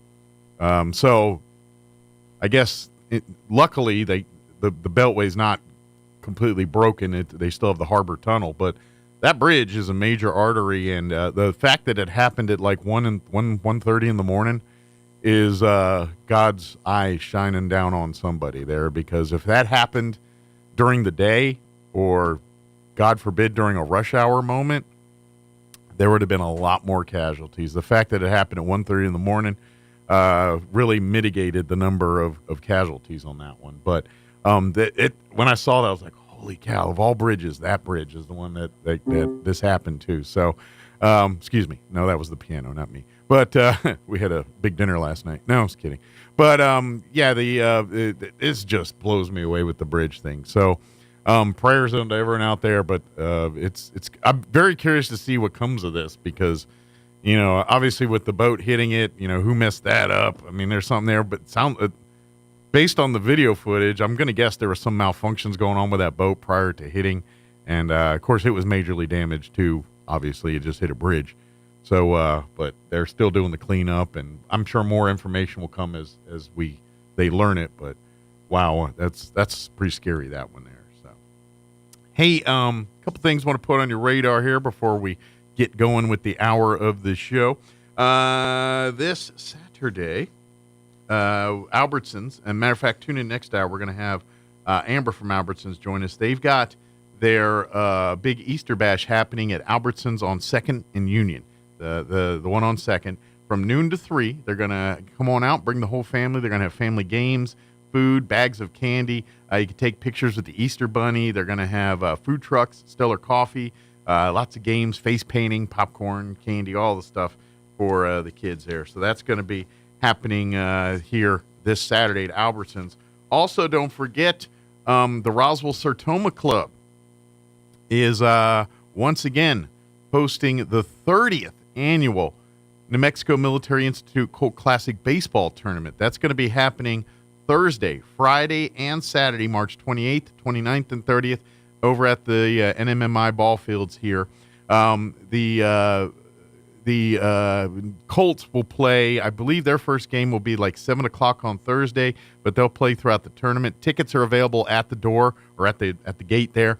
And you can get tickets for that day, that game, the whole weekend, whatever. Other schools locally, we're going to have, I know Roswell's JV, Artesia, I think Goddard. A lot of local schools will have teams also participating in the Colt Classic here with the Sertoma Club. But game one of the tournament starts Thursday, March 28th here, just day after tomorrow. So definitely want to get out for that. It is 13 minutes after 8 o'clock. Let's get you up to date on the weather. I'm meteorologist Steve Hamilton with your Pecos Valley weather. A little gusty today, wind at 15 to 30 miles an hour.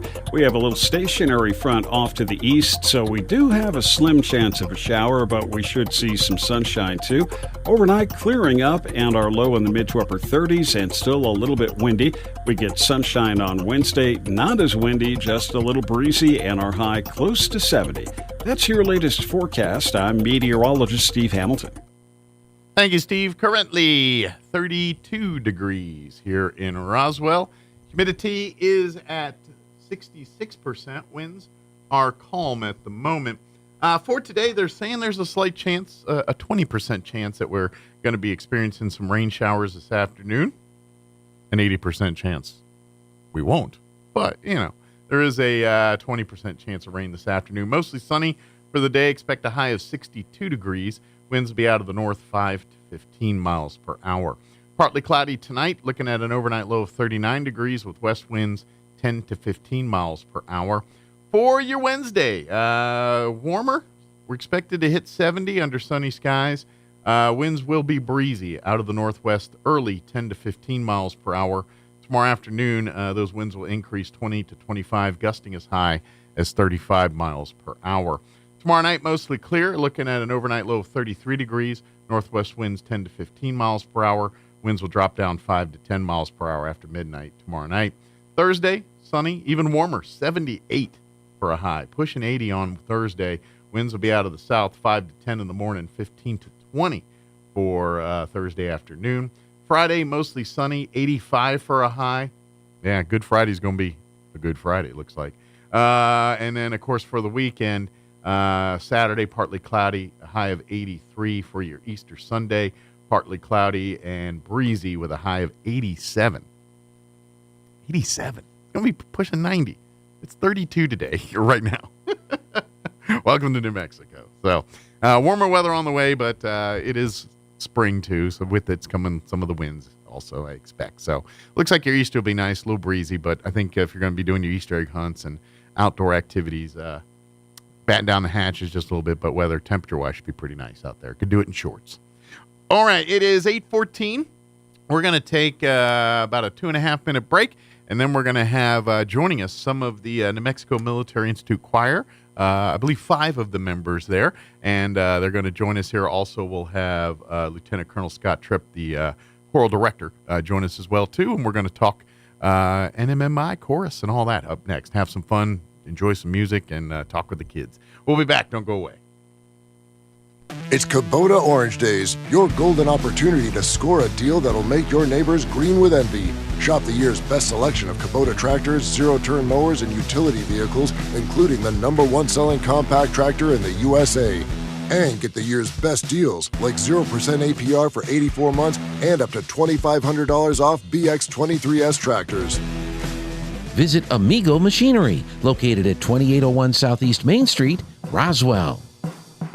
Are you or a loved one having a hard time getting to your medical appointments? At Artesia General Hospital, we believe that transportation should never be a barrier to good health. That's why we're excited to announce our new non-emergency medical transportation services. Each of our vans is wheelchair accessible, and our friendly certified drivers go the extra mile by meeting you at your doorstep and ensuring a comfortable ride to your Artesia General Hospital services. Rides are available Monday through Friday from 7 a.m. to 5 p.m. Schedule your ride today by visiting artesiageneral.com/transportation or calling 575-736-8211. To plant or not to plant? That is the question. Hi, this is Jim Gill from Roswell Seed Company. Our tomato plants and pepper plants are ready to go. If you plant them now, you might have homegrown tomatoes and peppers before anyone else, or the frost might kill them. As Clint Eastwood would say, do you feel lucky? You'll either be the smartest gardener in the county or you'll get to replant them all over again. I say go for it. You'll get more practice and we'll get more business. This is Jim Gill from Roswell Seed Company, and I apologize to William Shakespeare.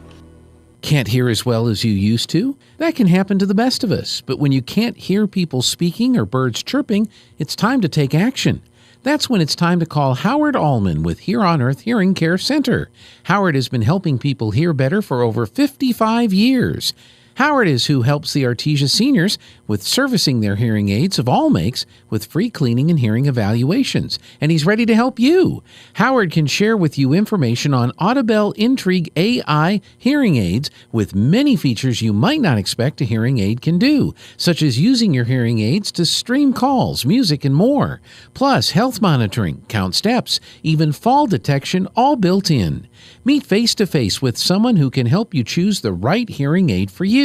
Call Howard at 575-622-0375, and he'll be glad to set up a time to meet with you. That's 575-622-0375 for Howard Allman of Here on Earth Hearing Care Center. Get ready, Roswell and surrounding areas. The biggest block party of the year is coming to the Liberty.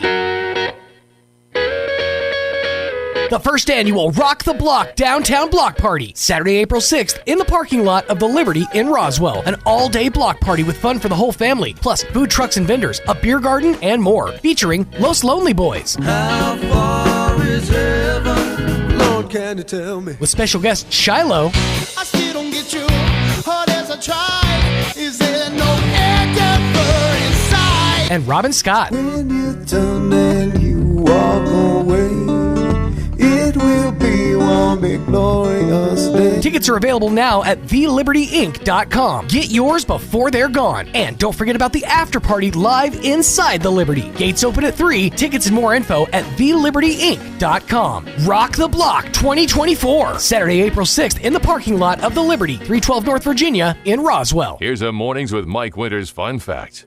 The U.S. Treasury once considered producing donut-shaped coins. They instead decided to go with coin-shaped donuts. Here's Mike Winters. And good morning. It is 19 minutes after 8 o'clock, and joining us, we've got a full house in studio this morning. Joining us in studio from the New Mexico Military Institute, we have some of the members of the choir here. I got the mics on. Let's just have everyone kind of introduce yourselves, say your name into the microphone there. We can start with Lopez. All right, we'll start here on this end with Lopez. Okay, I'm Julian Lopez. I'm Alehi Musani. I'm Patrick Crady. I'm Jessamine Wignall. I'm Clarice Coelho. Very good. Well, welcome to the studio. Of course, Lieutenant Colonel Scott Tripp is also here, and we also have our accompanying pianist. What's your pianist's name? Michelle Olson. Michelle Olson will be on the ones and twos here for us here this morning. But first off, good morning. What year cadets are you guys? I'm in third class. Third class. Sixth class. Okay. Second year. Second year. Second class. Been there for 4 years. Okay. I'm a third class too. Very good. So you guys are all seasoned veterans Veterans. at the New Mexico Military Institute. So you kind of got the like. Now, just curious, where's everybody from? Because obviously the Institute has people from all over the world. So I know he's from Maryland area. Yeah. What about the rest of you? Where are y'all from? I'm from Carlsbad. Okay. Albuquerque. Albuquerque and now Clovis. All right. And Brazil. Brazil? Yes. Well, she's been on before. She actually has her own chair and everything here. So. Sorry, DC got beat by Brazil this time as far as distance traveled here. Sorry, guys. Good deal. So, just curious, was singing always been a part of your lives? I mean, is this something you've picked up since you've been at the Institute? Well, I mean, I grew up in choirs. I really enjoyed it. I love singing at my church. So Okay. Coming here, I really like being in, concert choir and then vocal ensemble is really Okay. great. So this was something like when you said, I'm going to the Institute, I'm going to go talk to the choral department because I'm going to spend a lot of time there. That's your jam. Okay. Yes. What about for you? I've also been singing for most of my school career. Okay. And I started out in NIMI's larger choir and found my way into vocal ensemble. Okay. Now, for you guys that have been singing, were families sing? Like, do the whole family, are they musical families or just you guys? Just me. Just you. Okay. My brother's quite musical. He's also in choir. Okay. Do y'all like have our- sing-offs? No. I hear him singing and I'm like, he's singing again. He needs to stop. Well, at least y'all can sing. So yeah, most people do that and they can't sing. So Mhm. what about for you? Is singing always been, or is this something that you picked up since? you've been Well, here? my family isn't very musical, I would say. Okay. But it started in elementary school, and I went all the way to high school with it. And I never imagined I would actually be here. Okay. singing. All right, and then you kind of were explaining your brother. What about the rest of your family? Is it just you and your brother? Yeah, it's pretty much just me and my brother. We've both been doing choir here, and also, like Lopez, we've been singing at our church since I was 5. Okay. So really, church is for a lot of you guys. Now, for you, were you singing in Brazil with family, or was it when you weren't inventing things and doing the other 10 things that you do? My mom used to work in a conservatory, Okay. but she would be in the administrative part. Okay. And then I ended up joining when I was really young. So before I came here, I joined choir when I was 6 years old. I was Okay. very young. And I was studying to get my, I think it's associate's degree in music Okay. before I came here. So, because I Okay. kind of So had you to got stop. a musical background on Yeah. top of the others. But my family, they're not musicians at all. Well, I would even offer that your science stuff is probably better because of the musical side of it. Yeah, I would say You know that. what I mean? Because of what you're doing and learning in music, that translates to some of the science and math stuff that, Yep. especially for, like when they talk about STEM. And I'm like, STEM's nice, but STEAM is where you need to be because you got to add the arts in there because for some people, the science don't jive until you put the arts in it. And then once you see the arts, you're like, makes sense. Now it clicks. So good deal.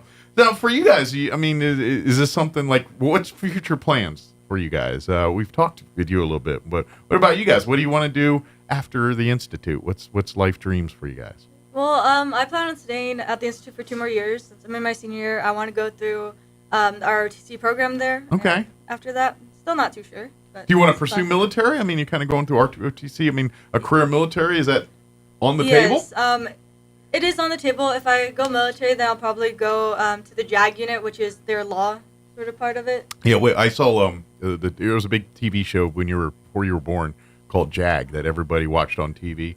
And so everyone's an expert on JAG, Judge Advocate General stuff now. So we know. You put a TV show, all of a sudden the public's an expert on it. So yeah, we're also good at solving cases. NCI has taught us all that. So. But cool. So being maybe an attorney for the military, huh? Possibly. Nice. Very good. What about for you? I'm also interested in staying 6 years and possibly commissioning as an officer. Okay. But I'm not sure of what field. Okay. Do you know what branch of the military you're leaning towards? Army or Navy? Okay. Very good. Do you want to be on a boat for 6 months? Sure.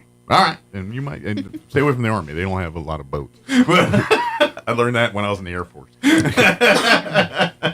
What about for you? What's life after NIMI for you? Well, I'll probably go to UNM and then transfer their ROTC program, most likely. You want to do military as well, or? Of course. Good deal. Do you have a passion or particular area you want to do? Probably 11 Bravo. Well, 11A would be called, either that or MP, just depending. So you wanna get in the uniform and serve that way and be in the field and doing your thing. Yeah, just my father. Yeah. Good deal. Awesome. Good for you. What about for you?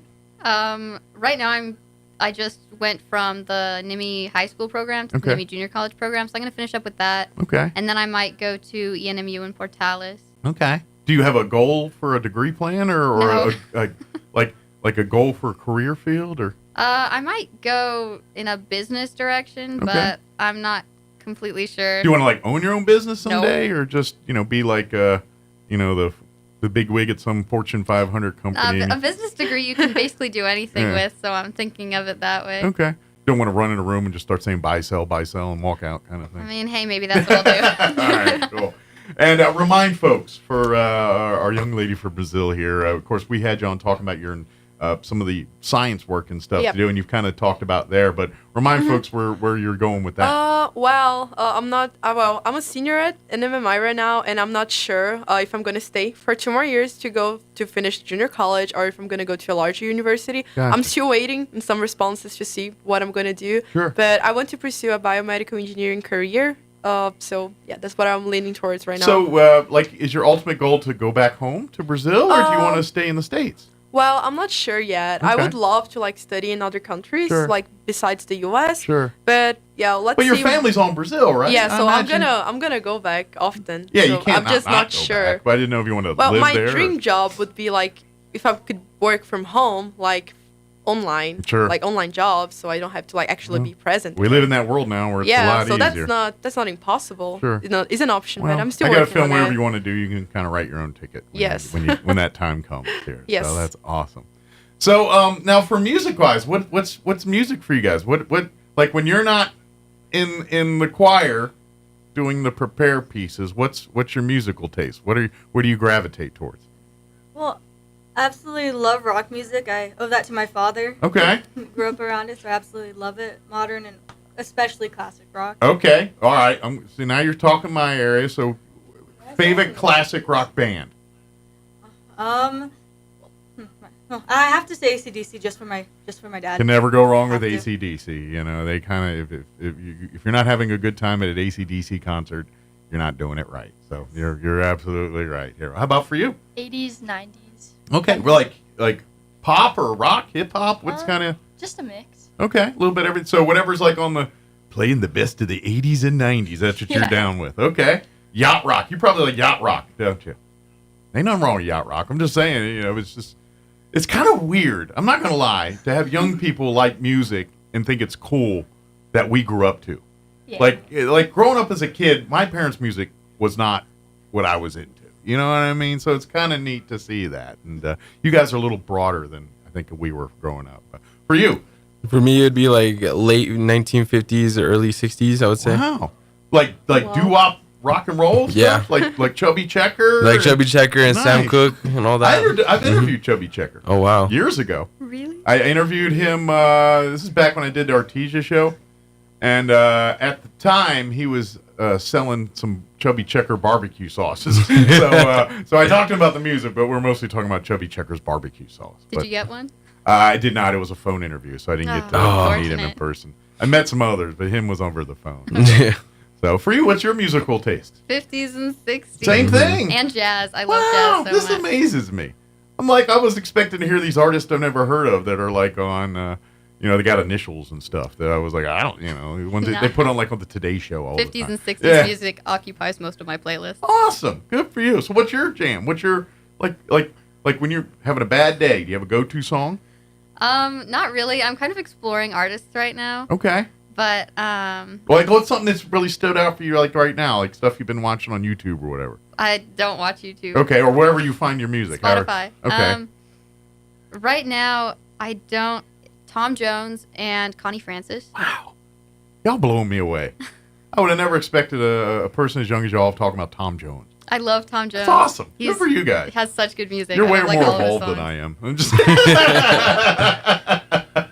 And for you now you've got a Brazil flair, so I'm thinking you might be a little bit deeper. Well, I think I would lean towards there's a music style called MPB in Brazil. The literal translation would be like popular Brazilian songs. Okay. Brazilian music, but like it's usually the songs from like the 90s and 2000s. So it's like Brazilian pop music kind of thing. I wouldn't say so. Have you ever heard bossa nova? Yes. It's like a jazz. Okay.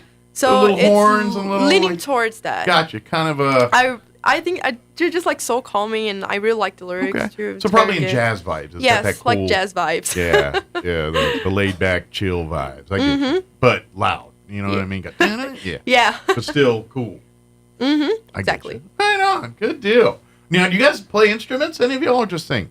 I don't know if y'all I can only also. sing. I can only sing. Good. I play. I used to be the senior bugle caller for my old school. Oh, you play bugle? Yeah, I used to call the commands using the bugle for my school. See, I hear, and I have no musical abilities at all. I have zero. But I hear a bugle is very difficult to. Like a trumpet, you have keys, so you can.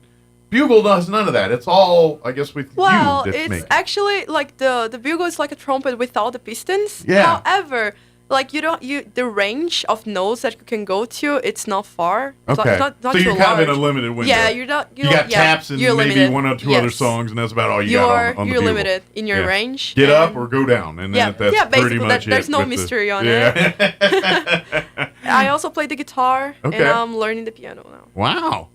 Man. Musical talent. Imagine. With her, it's like, what can't you do? And this is fine. Let's find things you are not good at.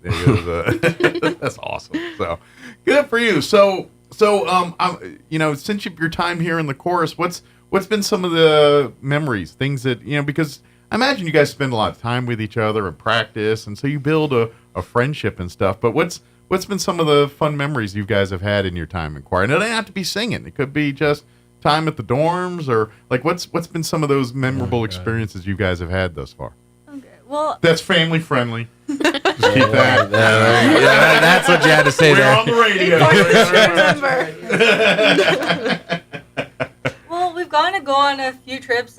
We got to go to the Midway a couple years ago. Okay. Midway was so cool. Yes. Okay. We got to sing in front of a lot of people, and we got to go explore this little museum on the USS Midway, and it was just amazing. Cool. Got some really fun pictures. So did you performed actually on the ship and everything? Yeah. Yes. Did they Like have on the a? top.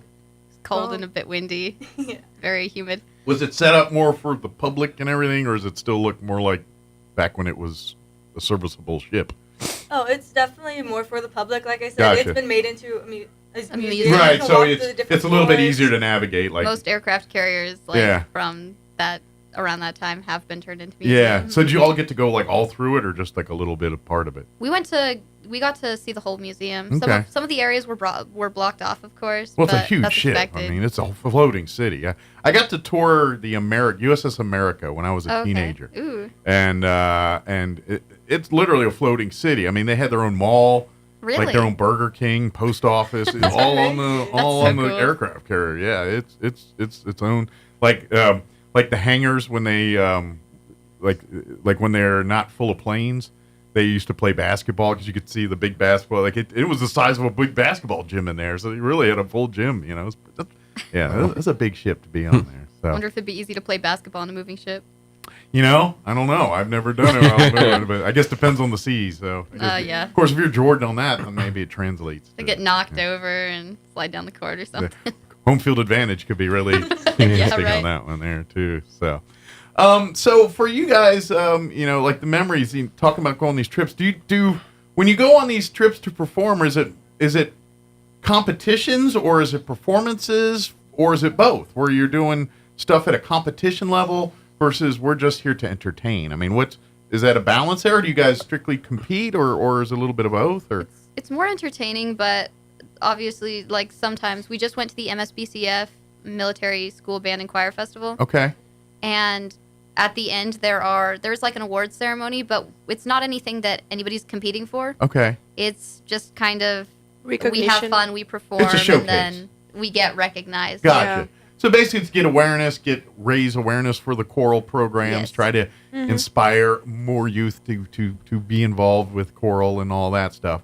But but do you ever get into points where you get judged competition wise? Kind of like, I know like bands and things, and they there's the judges are critically, basing on how you play the notes or whatever. Do you guys deal with that kind of stuff at your end, or is it strictly all the showcasing type stuff? Well, we're able to try. Well, on the high school level at least, for your 4 years of high school, you can try out for All-State, which Gladici has made it a couple times. Okay. The All-State, there's like a festival in Albuquerque, and you have to do an audition, and your audition is going to be evaluated for that. And then if you pass the audition, you get chosen by, like, there's some judges. They're going to listen to your, like, soundtrack. You have to do a solo, and you have to do a sight reading. So it's like all you're judging is to get into the thing. Once you're in, it's party time kind of thing. So it's not like a choir competition. I got you. So after we are in, it's more like the same thing with the band, a military band and festival. Band and choir festival. It's not like we have the choir, we have awards in the end, but it's not a competition. It's just for us to have fun and to like just be together and share that experience with other musicians. The competition's getting in the room. Yeah, the competition is getting there. But after you're in, you still have another one. When you get there, you have to have all the songs memorized. So there's one more audition, but as soon as you pass that, you're literally in, and there's nothing. Gotcha. So when you do get into those situations where they're kind of critiquing you on, what are the things they look? I mean, part of it's probably you get the words right and song right. That's part of it. But I feel like past that, a lot of it's subjective. Or am I way off there? There is more critical things. Because I'm like, at that point, it's like, do you like the sound of the voice? Yes or no? Well, it's like being able to... Well, I like to say that it more goes on your posture and the way you sing and your diction, especially the way you speak. Well, and all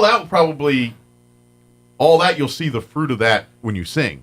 If you're slouched down and stuff, you can't, your body's a big wind tunnel or cavern there that's making this sound. If it's not in the right position, it's going to come out a little wonky. And so that's part of it too, is all that technique and everything. For example, for the auditions for the All-State, for the sight reading part, like you have to read the correct notes. Like you don't have a way out of it. Gotcha. And so do you guys have to have the ability to read sheet music to sing? Yes. Oh, yes. Okay. So that's part of it too. If you can't read sheet music, you're kind of in trouble. I think basically, or you can fake it real good, I guess, and just do what everybody else does. Well, if you have a good memory, I guess you can fake it. Sure. Well, and that's just it, because I know, in the instrument playing world, like guitars and bands and things, there's guys that have made careers as guitarists and probably can't read sheet music, but it's all up here. If you can't do this and read it, then you better be able to absorb and good memory. Have good muscle memory or whatever on that. Because I imagine a lot of that's muscle memory for them. Yes. You play a song 1,000 times, you can probably do it in your sleep. I imagine the same with you guys in singing.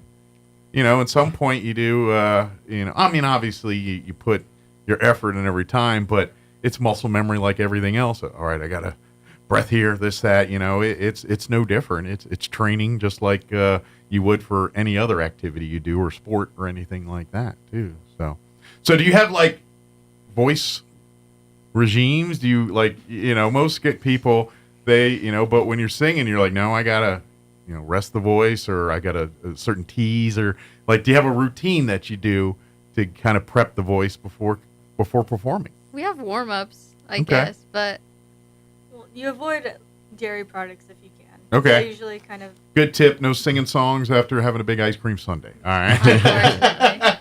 Well, it already happened to me that last year for the first audition that I did for the All-State, I kind of lost my voice 2 days before the audition. I was like, oh my God, I'm not going to recover. And then I was drinking tea all day, I drink a lot of water just to try to get my voice back because I was so terrified. I was like, oh my God. Now, did you lose it because of cold or something, or was it just I think it was a muse? cold. Okay. I think it was a cold, but I already lost my voice due to singing too much. Yeah. From the trip that we did from Washington last year. Sure. I've been singing straight the whole day for 2 days, and on the performance day, I woke up and I had a tenor voice. Oh my God, I completely lost it 3 hours before the performance. But can you, that reminds me, because all I can think of is an episode of Friends. I know you guys are a little younger, but there's an episode of the TV show Friends. Are you familiar with the show? Yeah. Oh yeah. Phoebe who's a musician, on the show, she gets a cold one episode, and her voice sounds like garbage until she starts singing, and now she sounds like an amazing singer all of a sudden. So she's trying to feed her cold and things.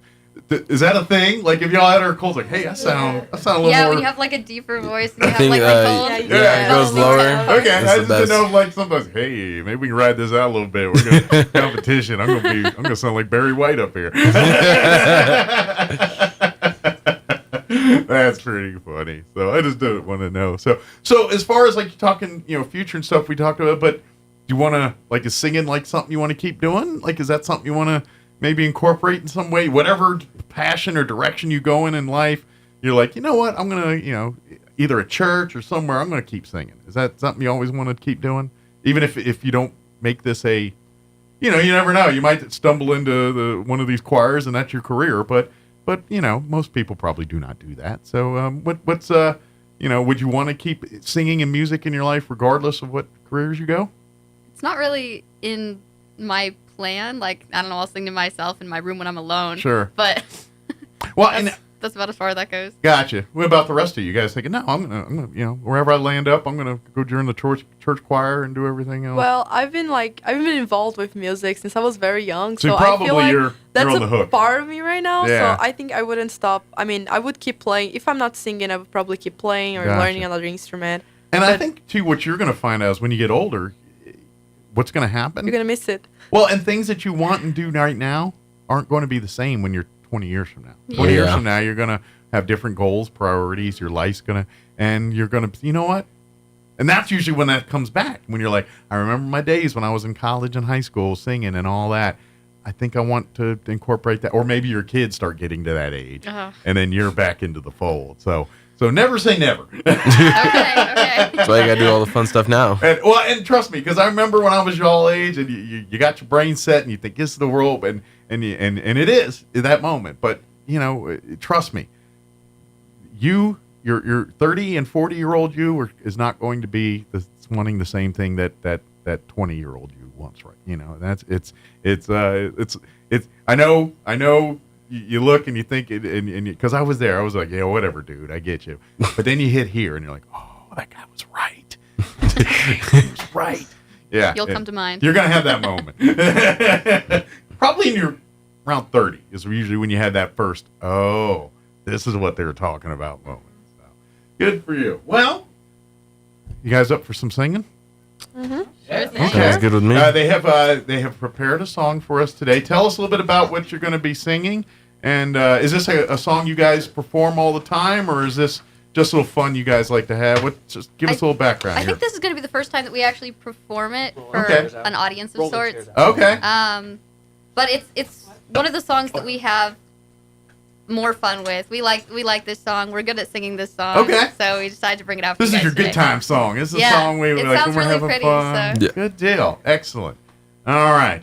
Is there anything we want to mention before we turn the singers loose here? Just while they are rolling the chairs out to make room for themselves to stand. Yeah, so, we're not. Unfortunately, we're not equipped to host a concert hall in here. We are a small studio. So I'm Dr. Tripp. I'm the choir director, and we're going to sing. The song is "The Wind," which has text by. It's a setting of a poem by Robert Louis Stevenson. Excellent.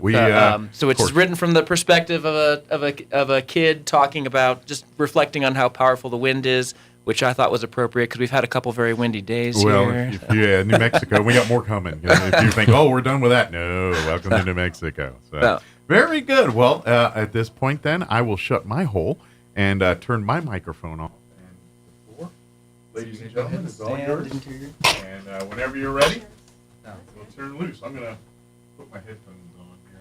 It's a little tricky with my dinner plate thing. We'll figure it out. Well, you got to face the mic. No, I know. I meant we can be in our order. All right. Ready, you're on that side. Yeah. Just so you see, you go that way. There we go. Okay. Perfect. Do you want to like? Yeah, that I can hear you pretty good, so that's why I got the headphones on. I'm making sure y'all sound good. Excellent. Whenever you're ready.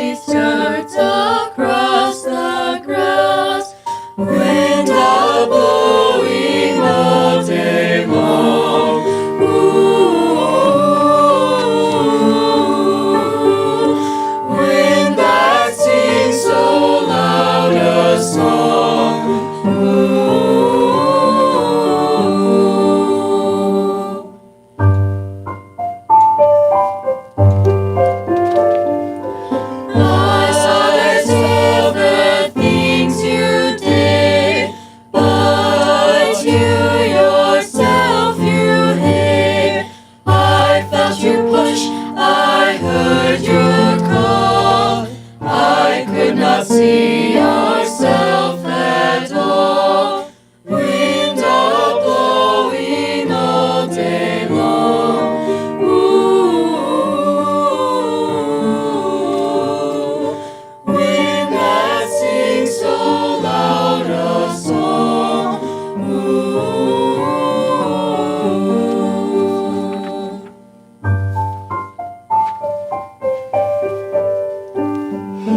You are so strong and cold. Lover, are you young or old? Are you a beast of field and tree, or just a stronger child than me? Wind a blowing all day long. Ooh, wind that sings so loud a song.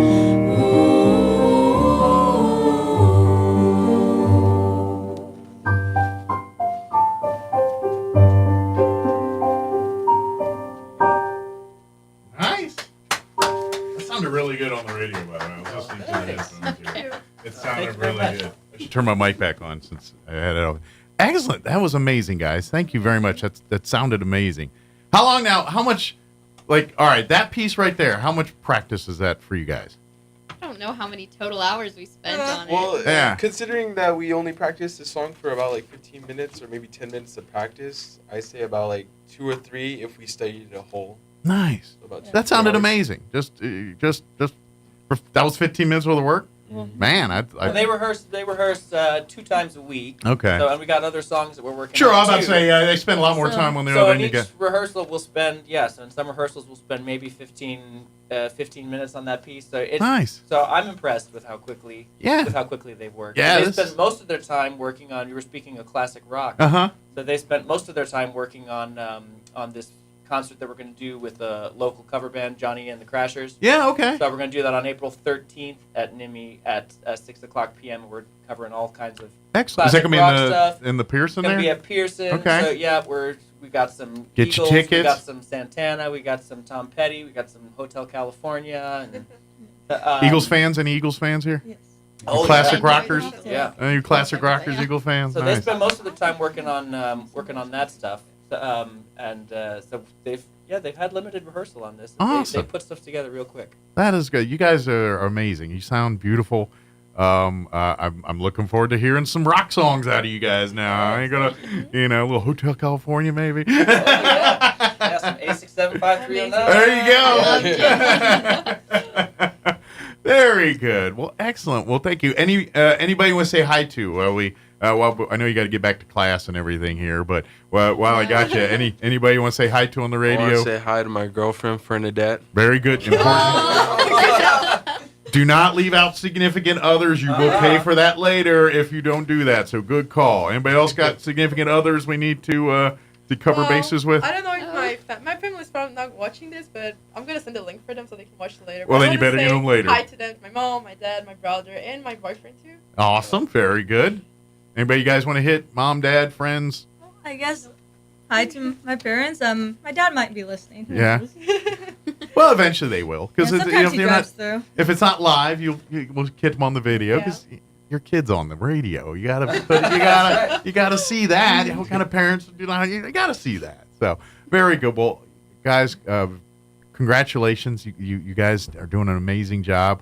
I'm so excited to hear that you guys are just doing well. And pop in. I know you've been in here almost as much as I have recently, but we're gonna keep coming back. We love to, from time to time, as you guys come on in, love to have you. And when you guys are the future, so like when I'll be on the lawn here yelling at kids about grass, you guys are gonna be doing all that. So I feel pretty confident we're in good hands because you guys are just amazing people. So good deal. Congratulations. And anything you want to mention before anything we wanted to get out there before we let you guys get back to the Institute this morning? Just our 2 concerts that are both going to be at Pearson. April 12th at Okay. 7 p.m. is our spring concert with Yes. band and choir and jazz band. So all of our musicians are performing at Pearson 7 p.m. on the 12th. Excellent. And then on the 13th with Johnny and the Crashers at 6 p.m. That's the. What's the best way to get tickets? At the door that night, or can they go on campus and get advance tickets? Yeah, at the door is the easiest way. Okay. So, yeah. Just get them the night of. You walk right in. Fortunately, the Pearson is got. And if you haven't been in since the renovation a couple of years ago, it's beautiful. Yeah, it's a beautiful space. Although I hear the seat thing is the biggest because from what I've been told, the old seats had a unique sound, and you only get to achieve that in military situations because everyone all rises or all sits at the same time. So there was a unique sound when everyone rose and when everyone sat down that I guess the new chairs don't have that same sound. And so that's the only drawback I've heard about it. It's like, it doesn't make the same sound it used to make. But other than that, it's a beautiful facility. Great place to see a show or a concert or anything. So come out and support the kids and, dare I say, be blown away by their talent and entertainment. So, good deal. Well, congratulations. And we break a leg. You can say that for singers, right? Yeah. I know actors you do. I think singers it counts as well. So yeah, we're good. Don't talk to the football guys about it, but you guys are good to go. So thank you guys. Thank you, and we'll look forward to meeting you again soon, okay? All right, it is 8:51. We're going to pause for news and your Chaves County sports update. Quick break. We'll be back. Don't go away.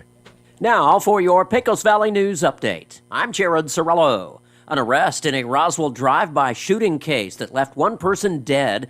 The shooting Sunday afternoon in the 40 block of East Burn Street, when police say 20-year-old Martin Soltero III drove a pickup truck and fired multiple rounds into a car parked on the street. The victim, 53-year-old Freddie Allen, was sitting in the driver's seat of the car and was killed. Police said Allen and a friend had arrived at the home, and the friend had exited the car and was walking up to the house. A few hours later, the pickup truck was located and pulled over near South Richardson Avenue and West Albuquerque Street. Soltero was the lone occupant and was detained at that time. After questioning, Soltero was arrested Monday morning. He's being held at the Chaves County Jail. No motive for the crime has been discussed by Roswell police yet. The Eddy County Fair Board has approved spending about $25 million for upgrades to the fairgrounds in Artesia. The upgrades will include a new 77,000 square foot livestock and multi-purpose arena. Eddy County commissioners have already voted to approve helping to pay for some of the price tag. The Fair Board says it still needs to raise about $10 million, so they're reaching out to nonprofit groups and the private sector. The 79th annual Eddy County Fair is scheduled to begin July 23rd. You're up to date. I'm Jared Cirillo. It's time for the Chaves County Sports Report. The Roswell Coyotes will be having a 2 for Tuesday day today, a doubleheader against Portales. It'll be on the road. Roswell is 3-5 overall, and they'll take on the Rams starting at 5 o'clock this afternoon. Roswell's looking for a better outcome than their last outing on a Tuesday. That was last week, losing to Lovington on the road 10-0. And meanwhile, Goddard will be hosting Dexter this afternoon. Goddard is 5-5, and the Rockets were part of the Artesia tournament over the weekend, thumping Robertson in a football score, 21-10 on Friday, then losing to Silver on Saturday, 13-1. Dexter is 5-2, losing in the championship game of its own tournament, the Lindsay Callaway tournament, by a score of 5-3 to Loving. The Sports Report brought to you by DSI. Call DSI for all your office technology needs. I'm Eric Butler at Roswell's Talk FM 106.5. I'm meteorologist Steve Hamilton with your Pecos Valley weather. A little gusty today, wind at 15 to 30 miles an hour. We have a little stationary front off to the east, so we do have a slim chance of a shower, but we should see some sunshine too. Overnight clearing up and our low in the mid to upper 30s and still a little bit windy. We get sunshine on Wednesday, not as windy, just a little breezy, and our high close to 70. That's your latest forecast. I'm meteorologist Steve Hamilton.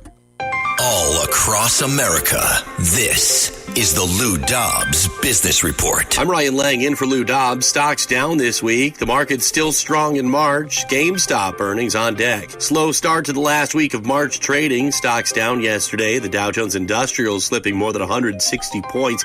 The S&P down 15 points. The NASDAQ dragged lower by Intel and Microsoft. The index shed more than 40 points in the session.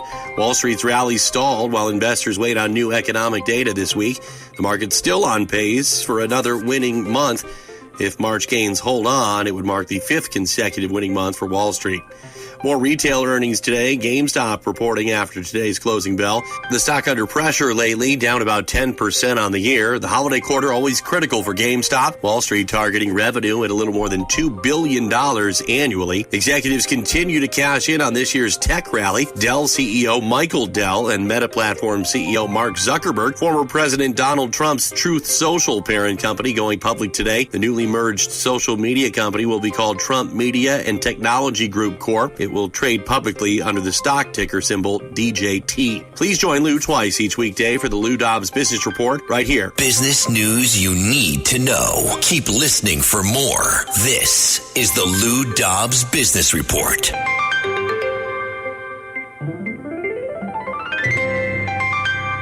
Companies in the United States are 10 times more likely to be a victim of a cyber attack. Manufacturing, healthcare, retail, financial services, the leading targets. Ericsson Cyber Z Suite provides the protection you need before your data gets stolen, bank accounts get drained, and operations are at a standstill. Call Ericsson today to schedule a no-obligation consultation. That's 908-878-7717. Ericsson, ERACENT.com. 908-878-7717. Get ready, Roswell and surrounding areas. The biggest block party of the year is coming to the Liberty. The first annual Rock the Block Downtown Block Party, Saturday, April 6th, in the parking lot of the Liberty in Roswell. An all-day block party with fun for the whole family, plus food trucks and vendors, a beer garden, and more, featuring Los Lonely Boys. How far is heaven? Lord, can you tell me? With special guest Shiloh. I still don't get you. Hard as I try. Is there no answer inside? And Robin Scott. When you turn and you walk away, it will be one big glorious day. Tickets are available now at thelibertyinc.com. Get yours before they're gone. And don't forget about the after party live inside the Liberty. Gates open at 3. Tickets and more info at thelibertyinc.com. Rock the Block 2024. Saturday, April 6th in the parking lot of the Liberty, 312 North Virginia in Roswell. Here's a Mornings with Mike Winters fun fact. The catfish has over 27,000 taste buds. Do you think they prefer fried or blackened? Here's Mike Winters. And good morning. It is closing in on 8:58. Stay tuned next hour. Around 9:15 or so, we're going to have Amber join us with Albertsons Market this Saturday from noon to 3 at Albertsons on West 2nd. Excuse me, hiccups there. They're having a big Easter bash. It's going to be from noon to 3 p.m. at the Albertsons on 2nd in Union.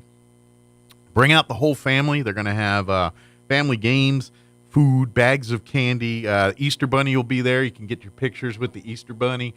Also, food trucks will be there to get your hunger pangs taken care of. Stellar Coffee, cotton candy, face painting, the whole kit and caboodle there at Albertsons. So we'll talk about that next hour with Amber here. So. It was quite the show. They did a great job. They were amazing. That was awesome, yeah. If you missed it, we just had members of the NMMI choir come and perform a song for us, and they did amazing and did great. And the way they set up and tear down, just super efficient. Oh yeah, they whipped in real quickly. They had a big piano. Crew. They had a pianist. They had the whole thing. Yeah, it was in and out. Military efficiency. Very much, yes. Yes, leave it to the military trained. But go check them out on the 12th here, April 12th. Absolutely. Go check out their concert at the Pearson Auditorium. So should be a lot of fun for that there. I don't know if you clarified earlier, but just for clarification's sake, okay. Mike does not have a toothache. I do not. I did not get a chance. You know what? I'll start next hour because we're about to go. I'll tell that story at the start of the 9 o'clock hour. But yes, thank you, Dr. Keon. Yeah. I'm good to go though. We had. I love the idea of a tooth symbol in the sky. He feels the senses tingling. Dental team assemble. The gas man. That's right. All right, it's 9 o'clock. You're listening to 106.5 Roswell Talk FM, KEND, or Roswell, New Mexico. We'll be back. Don't go away.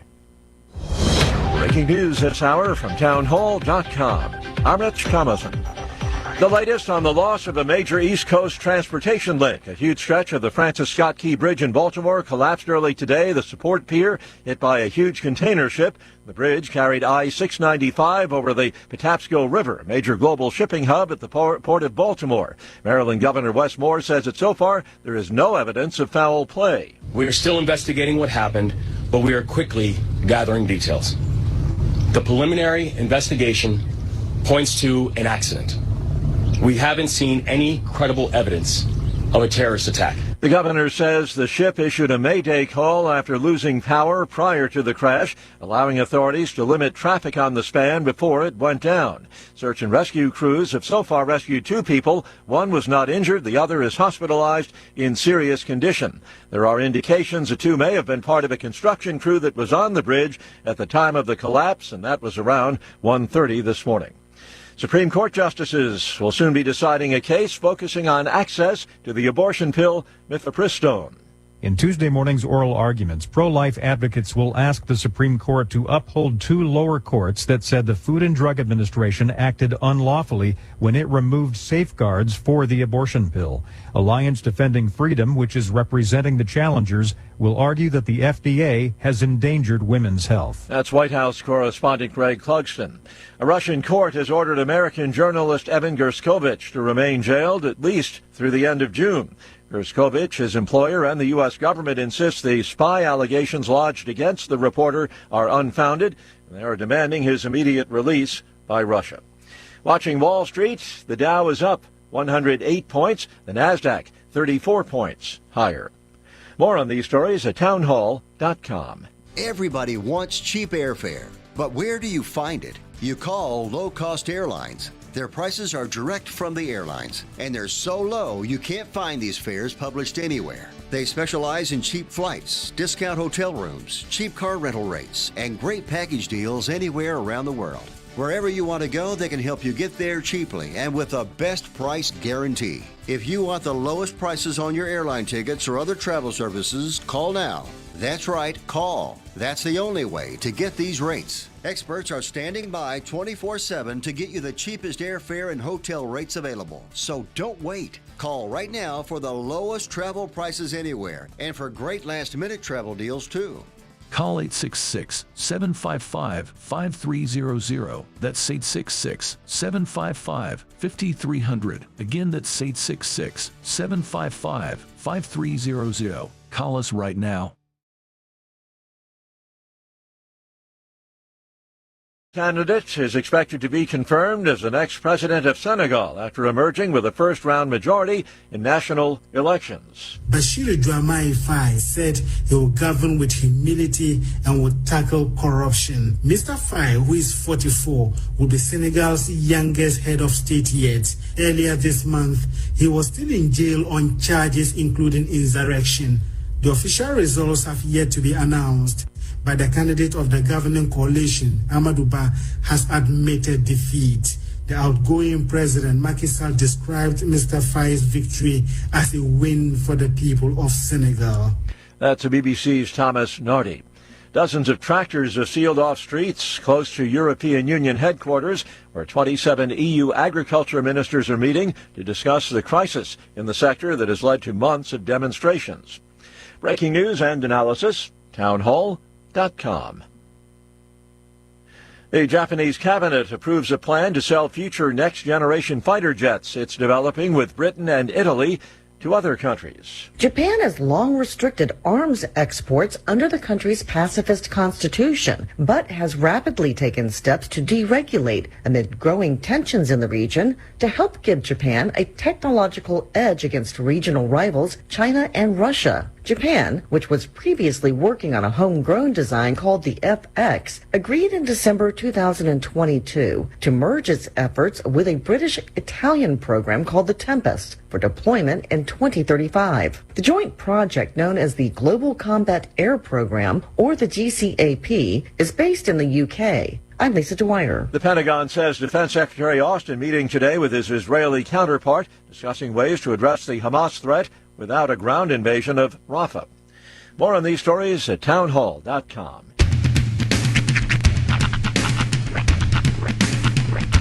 What? in the wide, wide world of sports is going on here? I promise you, whatever scum did this, not one man on this force will rest for 1 minute until he's behind bars. Now let's grab a bite to eat. Yeah, come on. I feel the hot wind on my shoulder and the touch of a world that is older. I hit the switch and check the number. I leave it on and then I slumber. I hear the rhythm ringing through it. Flamenco guitar and cumbia music. I hear the talking of the DJ. The travel and what does he say? I'm on a Mexican radio. I'm on a Mexican radio. Broadcasting live from high atop the J.P. White Building in downtown Roswell, New Mexico. It's Mornings with Mike Winters on 106.5 Roswell's Talk FM. Is that what I sound like when I talk? Now, here's your host, Mike Winters. And good morning. It is 6 minutes after 9 o'clock. Welcome to hour number 3 of Mornings with Mike Winters, right here on 106.5 Roswell's Talk FM. Happy Tuesday, everybody. Yes. Hope your Tuesday's going well. Indeed. If you're watching the video and wondering why I've got this thing on my head. Mike's gone full-blown Historical Society Jew. That's right. I've got my oversized yarmulke on today for the Historical Society. But no, this is all part of a fundraising event. We're having a little fun with it today. And big thank you to the players that are involved with that. However, it did spark, I wouldn't say controversy, but a bit of a thing. Just a little bit of attention. So, this morning when I was explaining this thing, I was talking about, I've got a sweatband that is procuring the plate to my head. And is around, I'm wearing it much like you would wear like an ice pack on top of your head with the thing around it. But I explained during the morning that it reminded me of the time when I got my wisdom teeth pulled, and I had to put ice packs in my cheeks for the swelling. And so my wife procured a system similar to this with pantyhose to rig the ice packs to my cheeks. Which I love.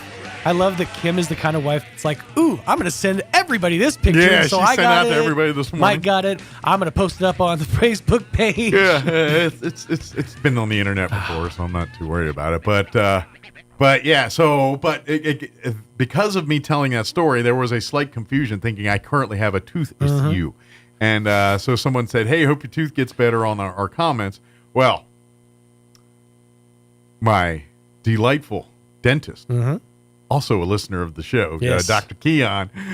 So I get a message through Facebook. Hey, is your tooth hurting, man? He was ready to jump in and save the day. Heck yeah. And so I had to tell Dr. Keon that no, my tooth was good. I was referring to a story from 10 years ago. But I did like the fact that he as soon as he hears something involving his industry, he's like, I'm in. What's up? Right. What's going on? He said he saw the big tooth in the sky go off, and his tooth. He called it his tooth dar went off. Nice. And he takes off his lab coat, rips open his shirt, and there's just a molar. Yeah. So thank you, Dr. Keon, Carabelli Dental, looking out for me even when I don't need it. I do appreciate it. It's kind of, I ain't gonna lie, I feel like a baller. Now I'm like on the radio. Now like the dentist. Hey, having dental problems, we can get you in right now. You're DOD, Dental on Demand. What would his superhero name be? Something like the Incisor. The Decayinator. Hang on. The Gingivitis Avenger. The Gingivenger. There it is. Of course, that also makes it sound like you take out redheads. That's true. Or just a big fan of ginger in general. I suck on it all. Avengervitis.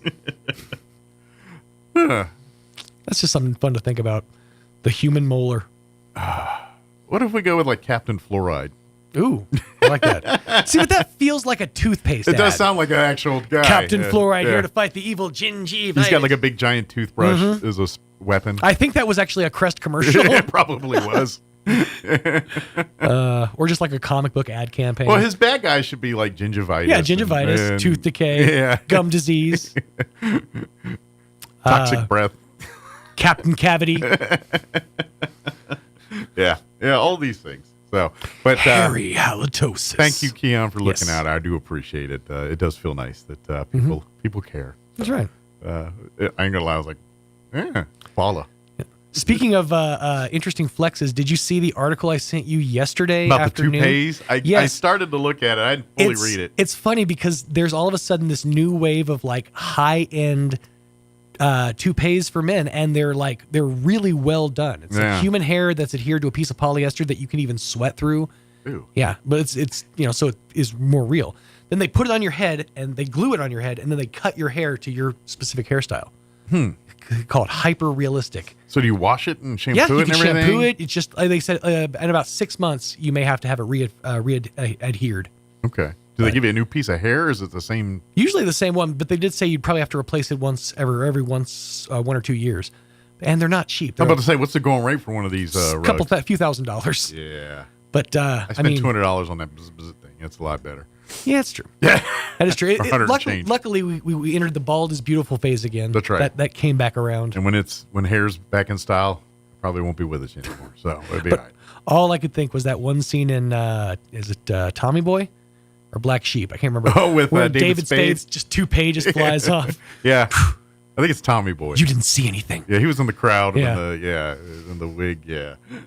But that makes you wonder, doesn't it? Mm-hmm. Spade really sporting that? Because, I mean, it looks good. It was a clean bald. A clean bald head. But, yeah, so my tooth is fine. Everything's good. And Big raise thanks the money for this. And big thanks to the person donating $1,000 to the Historical Society.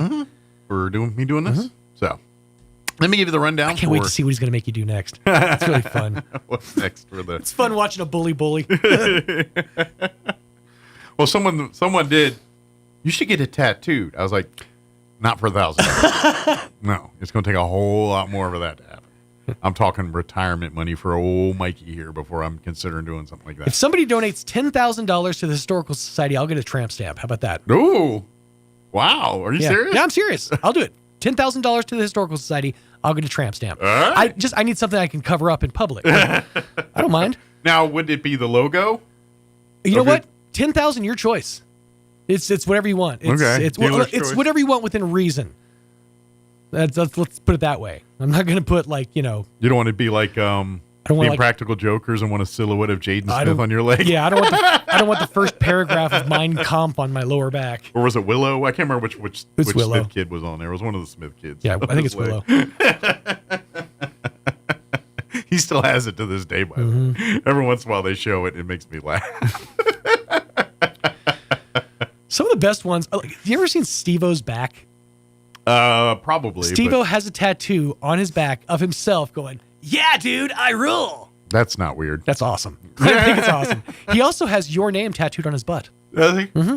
Just the words "your name." Your name. Mm-hmm.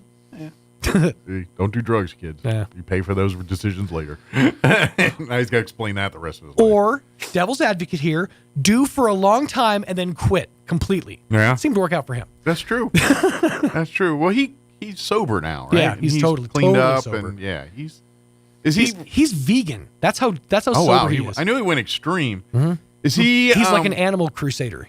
Okay, I didn't know if he went like uber god or no. Okay, all right. I didn't know. No, he still is out doing like stunts and nonsense and stuff. Gotcha. But no, he's just. Well, he was in Albuquerque like a year or two ago, hanging out on the tram. Oh, really? Remember, he was doing he wanted to hang out on the. Oh, that's right. He was standing on the go tram. on the outside. Yeah.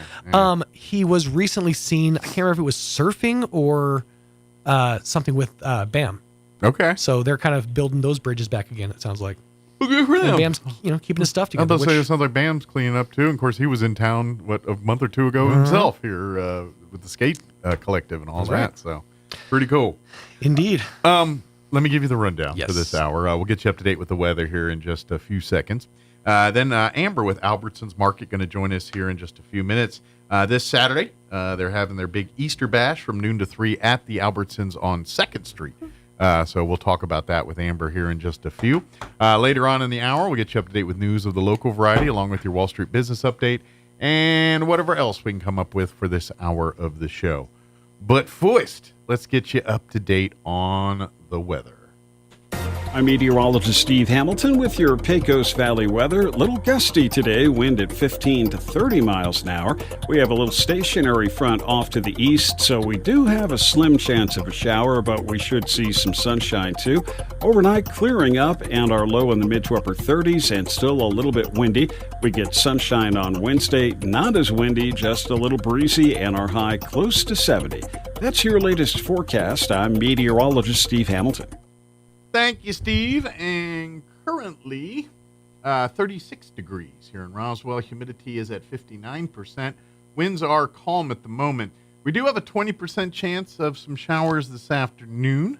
Otherwise, partly cloudy for today with a high of 62. Southwest winds 10 to 15 miles per hour. For tonight, partly cloudy, looking at an overnight low of 39 degrees. Winds out of the west 10 to 15 miles per hour. For Wednesday, warmer and windy. We're expected to hit near 70 tomorrow under sunny skies. Winds will be breezy out of the northwest early, 10 to 15 miles per hour. Later in the day, winds will increase 20 to 25, gusting as high as 35 miles per hour. Wednesday night, mostly clear with an overnight low of 33. Northwest winds 10 to 15 miles per hour, and then they'll drop down 5 to 10 after midnight tomorrow night.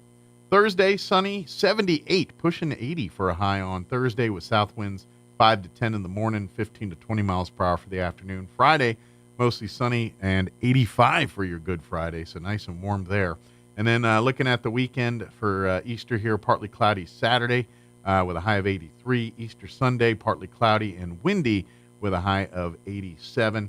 And then Monday, when you head back to work and everything, sunny and windy with highs near 80.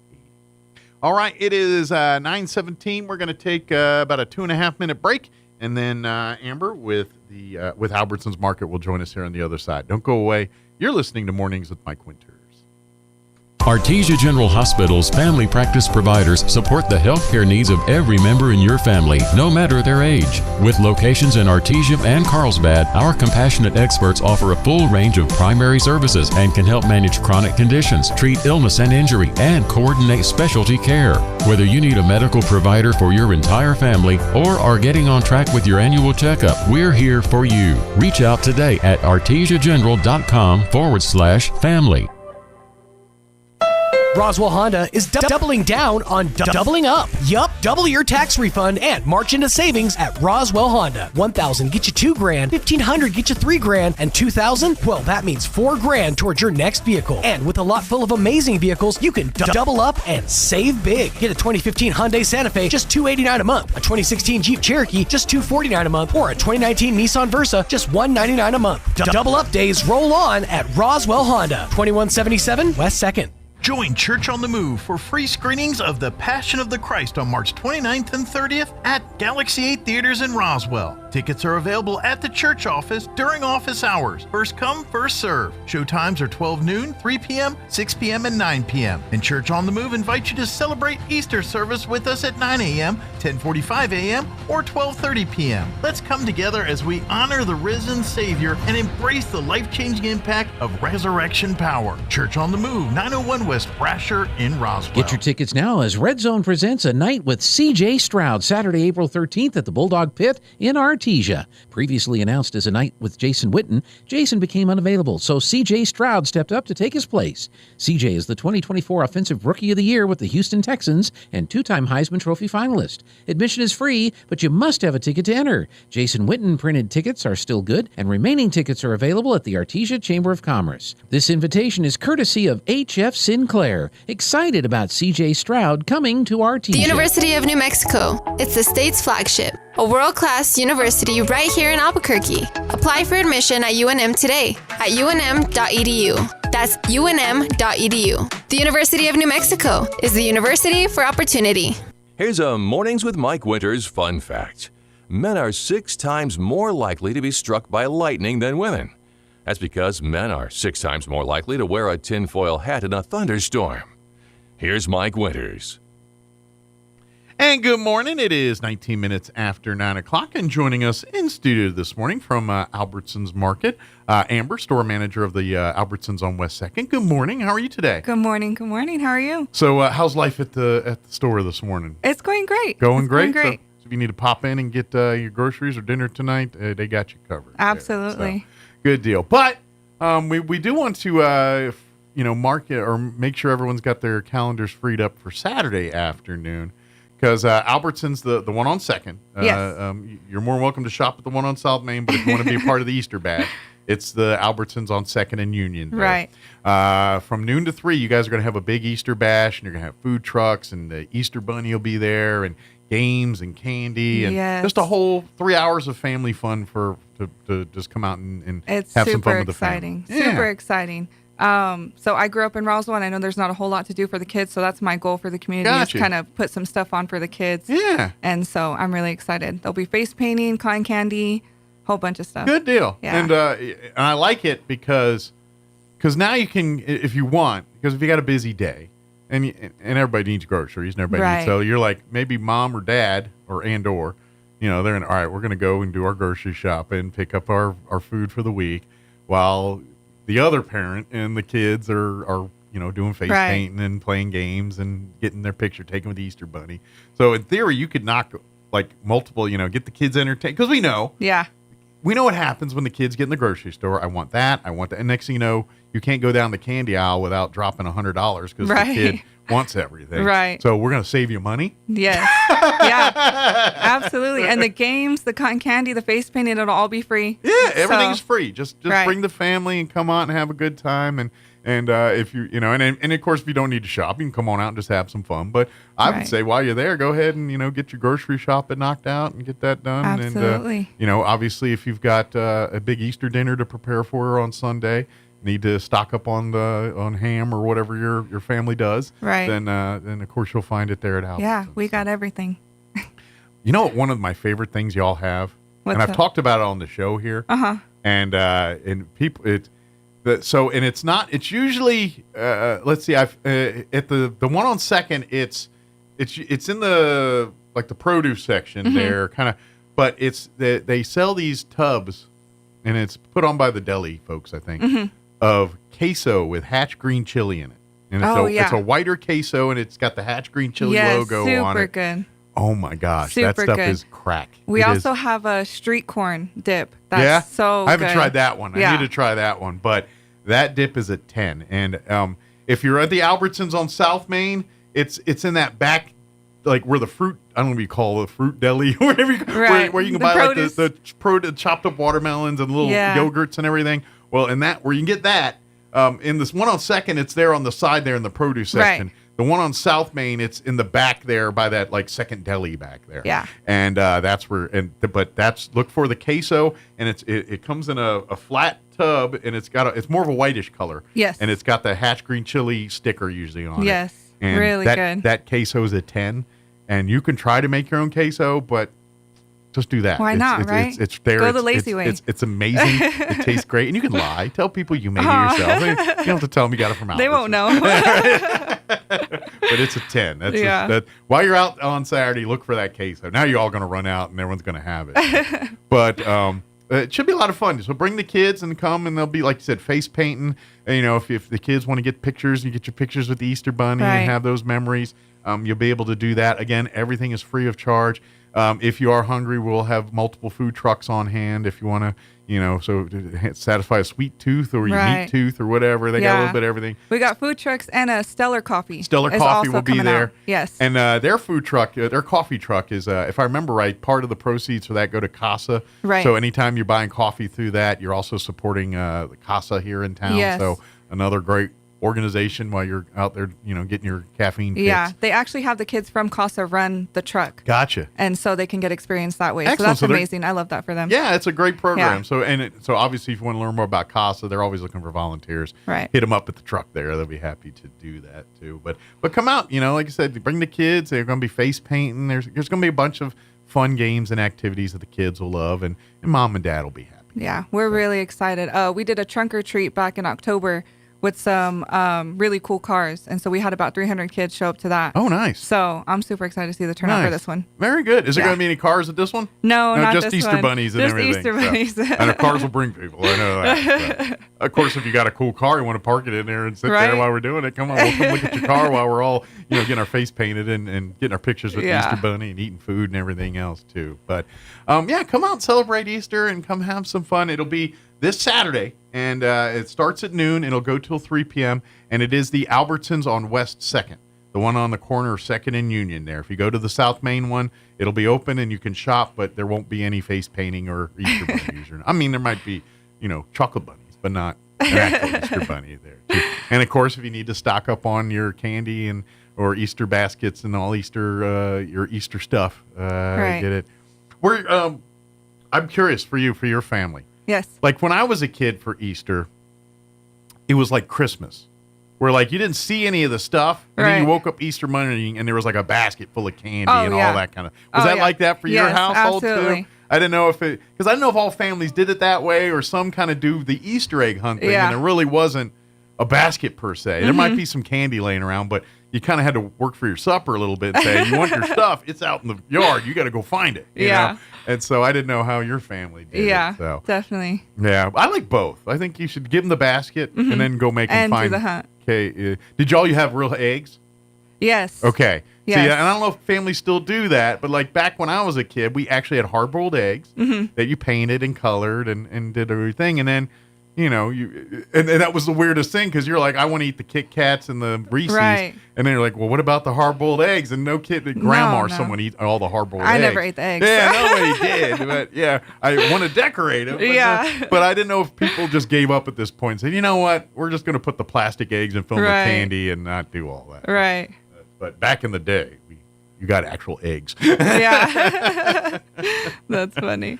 Good deal. But again, it's going to be this Saturday, noon to 3 at Albertsons on 2nd and Union. And like I said, bring the whole family. It's a free event. Everything is completely free. The face painting, Easter bunny picks, the cotton candy and the candy and food and all the popcorn and all the free stuff. Only thing you're going to pay for is if you do purchase food or drinks from the food trucks. Absolutely. Their business, and you'll have to buy that. But everything else, game on. Face painting and everything else is part of that too. And of course, if you're need to get your shopping for your Easter deals or just your regular, I gotta take care of business. Please come by. While I got you here too, since you're store manager, what about employment and stuff? Are you guys good right now? Or are you taking applications or always looking for more I need staff? a night crew stalker right now. Okay. Need to fill up my night crew, and that's about it right now. Okay. Yeah. So is that an overnight gig? Where they yeah. they come in at like 10 o'clock, work till 10 to 6. 10 to 6. Yes. Very good. Working trucks, working back stock, facing the store. So if you need a job, but maybe you're one of those folks, you're like, I don't deal with customers as well. Work the nights. Yes. Because guess what? They don't have customers at night. Just you and the shelves. Yeah. And that application is open on albertsonsmarket.com under careers. Very good. Just fill out an application and like you said yourself. And I imagine too, if you're looking for, maybe the South Main Albertsons, they may have other that'll positions. be there as well. Yeah, so they're both are theirs. And do you guys work just for employees there? Do you go back and forth? I mean, you don't as manager, but right. Can you work at both, or generally speaking, you work at one, you work at the one? Right. So the other store is actually a union store. Okay. So we kind of just. So it's completely independent, right. Pretty much as far as how it's operated. Right. So we are sister stores, but.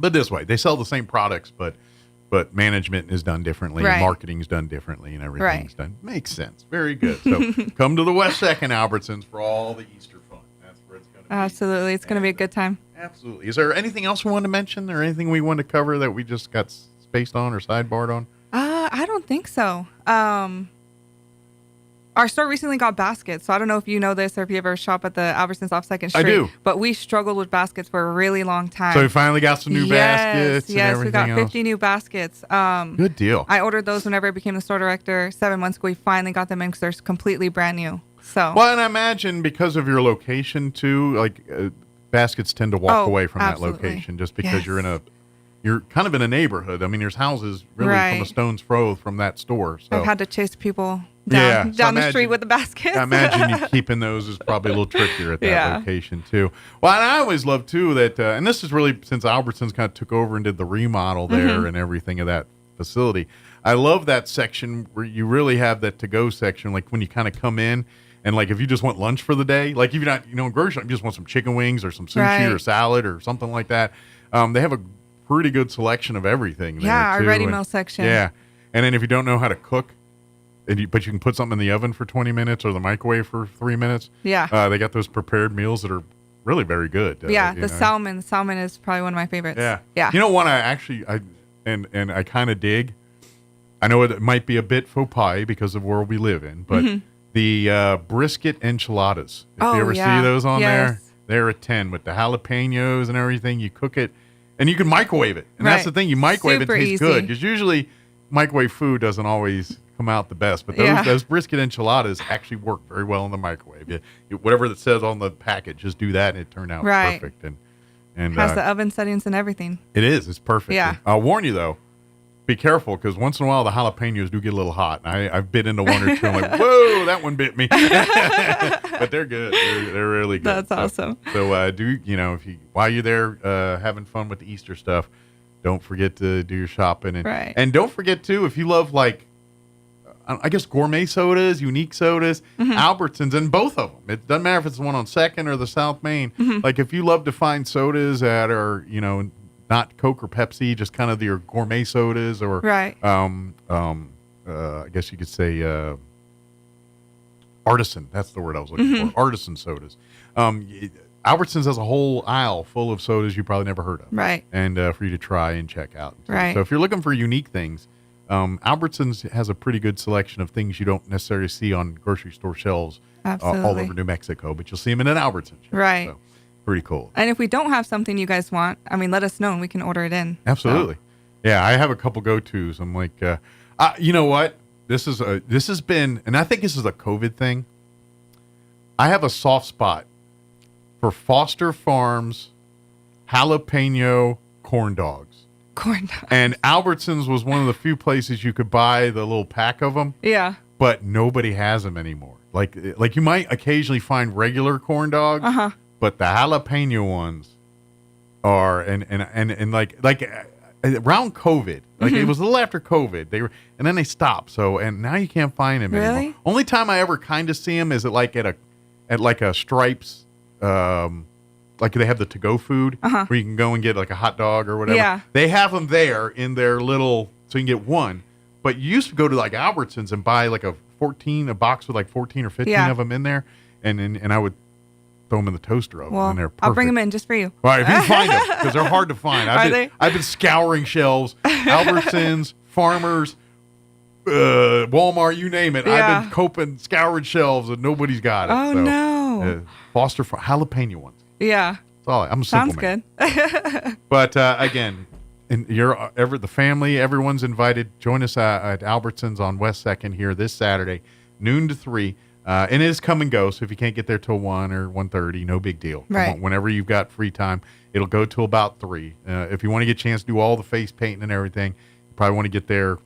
If you show up at 2:55, you're going to miss a bunch of stuff. Yeah. So, but if you get there closer to 1, you can get to do the face painting and the popcorn eating and all the fun stuff that's going to be going on. Yes. So, good deal. Super exciting. Excellent. Well, Amber, as always, appreciate the visit, and we'll love to see you next time when we got the next big event. Or I imagine during the summer, you probably got a few activities I got planned. some ideas for sure. Yeah, I imagine. I guess kids would probably 4th of July would probably with kids. Maybe Memorial Day weekend. Right. Something like that. Yeah. I got a couple ideas for splash pads.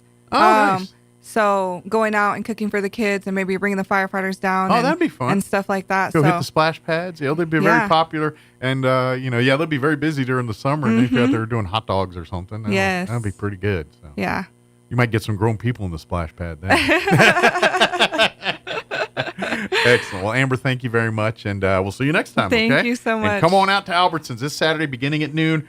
Come bring your Easter party on. Come meet the Easter Bunny. Come eat copious amounts of candy and popcorn, and come support the food trucks. Get you some coffee for the parents and candy for the kids. So, good. Thank you so much. Thank you, Amber. All right, it is 9:34. Let's pause for local news and your Kim Commando update, your Sean Hannity update and weather update. Don't go away. Now for your Pecos Valley News update. I'm Jared Sorello. An arrest in a Roswell drive-by shooting case that left one person dead. The shooting Sunday afternoon in the 40 block of East Byrne Street, when police say 20-year-old Martin Soltero III drove a pickup truck and fired multiple rounds into a car parked on the street. The victim, 53-year-old Freddie Allen, was sitting in the driver's seat of the car and was killed. Police said Allen and a friend had arrived at the home, and the friend had exited the car and was walking up to the house. A few hours later, the pickup truck was located and pulled over near South Richardson Avenue and West Albuquerque Street. Soltero was the lone occupant and was detained at that time. After questioning, Soltero was arrested Monday morning. He's being held at the Chavez County Jail. No motive for the crime has been discussed by Roswell police yet. The Eddy County Fair Board has approved spending about $25 million for upgrades to the fairgrounds in Artesia. The upgrades will include a new 77,000 square foot livestock and multi-purpose arena. Eddy County commissioners have already voted to approve helping to pay for some of the price tag. The Fair Board says it still needs to raise about $10 million, so they're reaching out to nonprofit groups and the private sector. The 79th Annual Eddy County Fair is scheduled to begin July 23rd. You're up to date. I'm Jared Cirillo. On the right side, this is the Sean Hannity Morning Minute. Democratic constituencies have a negative view of Biden's actions. You know, with African Americans, 41% negative view. Hispanic Americans, 53%. Women, 53%. Why do you think Joe has gone so hardcore trying to rally his base and bolster support in his base? Because he's losing the traditional coalition that represents the Democratic Party in droves. He's down 4% among African Americans, according to a number of polls, than where he was in 2020. You know, right now it's almost a dead heat with Hispanic Americans, again, down by over 20 points from where Biden was back in 2020. From coast to coast, from sea to shining sea, it's the Sean Hannity Show.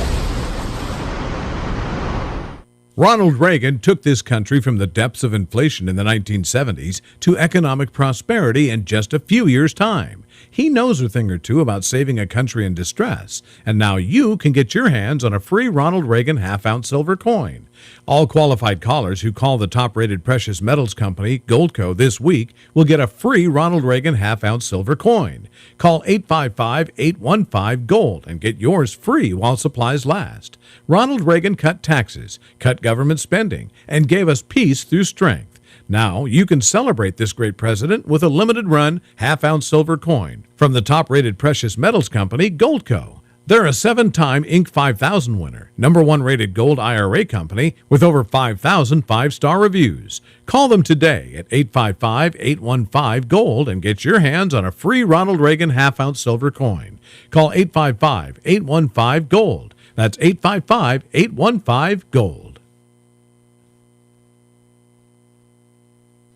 I'm meteorologist Steve Hamilton with your Pecos Valley weather. A little gusty today, wind at 15 to 30 miles an hour.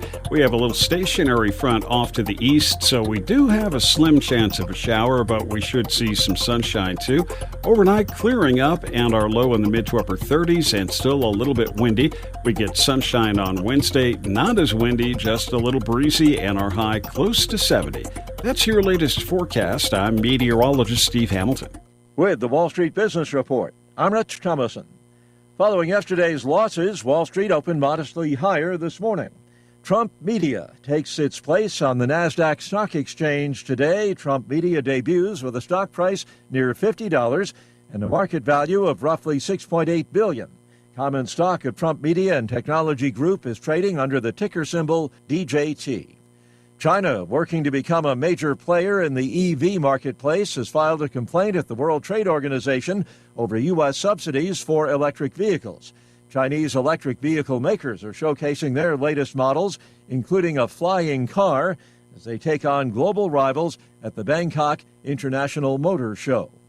Home prices continue to soar, hitting a new high in the month of January. That's according to the Case-Shiller 20-City Home Price Index. For the Wall Street Business Report, I'm Rich Thomason.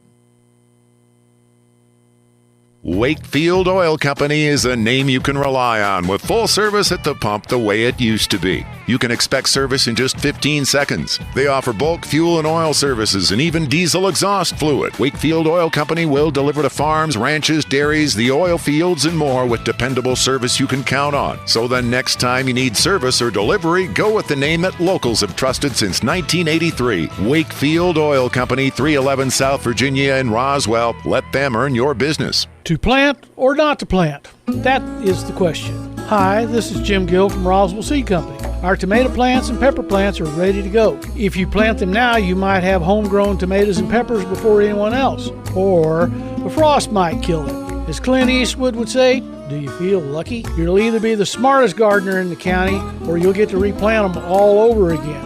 I say go for it. You'll get more practice and we'll get more business. This is Jim Gill from Roswell Seed Company, and I apologize to William Shakespeare. Here's a Mornings with Mike Winters fun fact. You burn more calories sleeping than you do watching television. For the ultimate workout, fall asleep in front of the TV. Here's Mike Winters. And good morning. It is 9:40. Got a few minutes here before we wrap up today's show.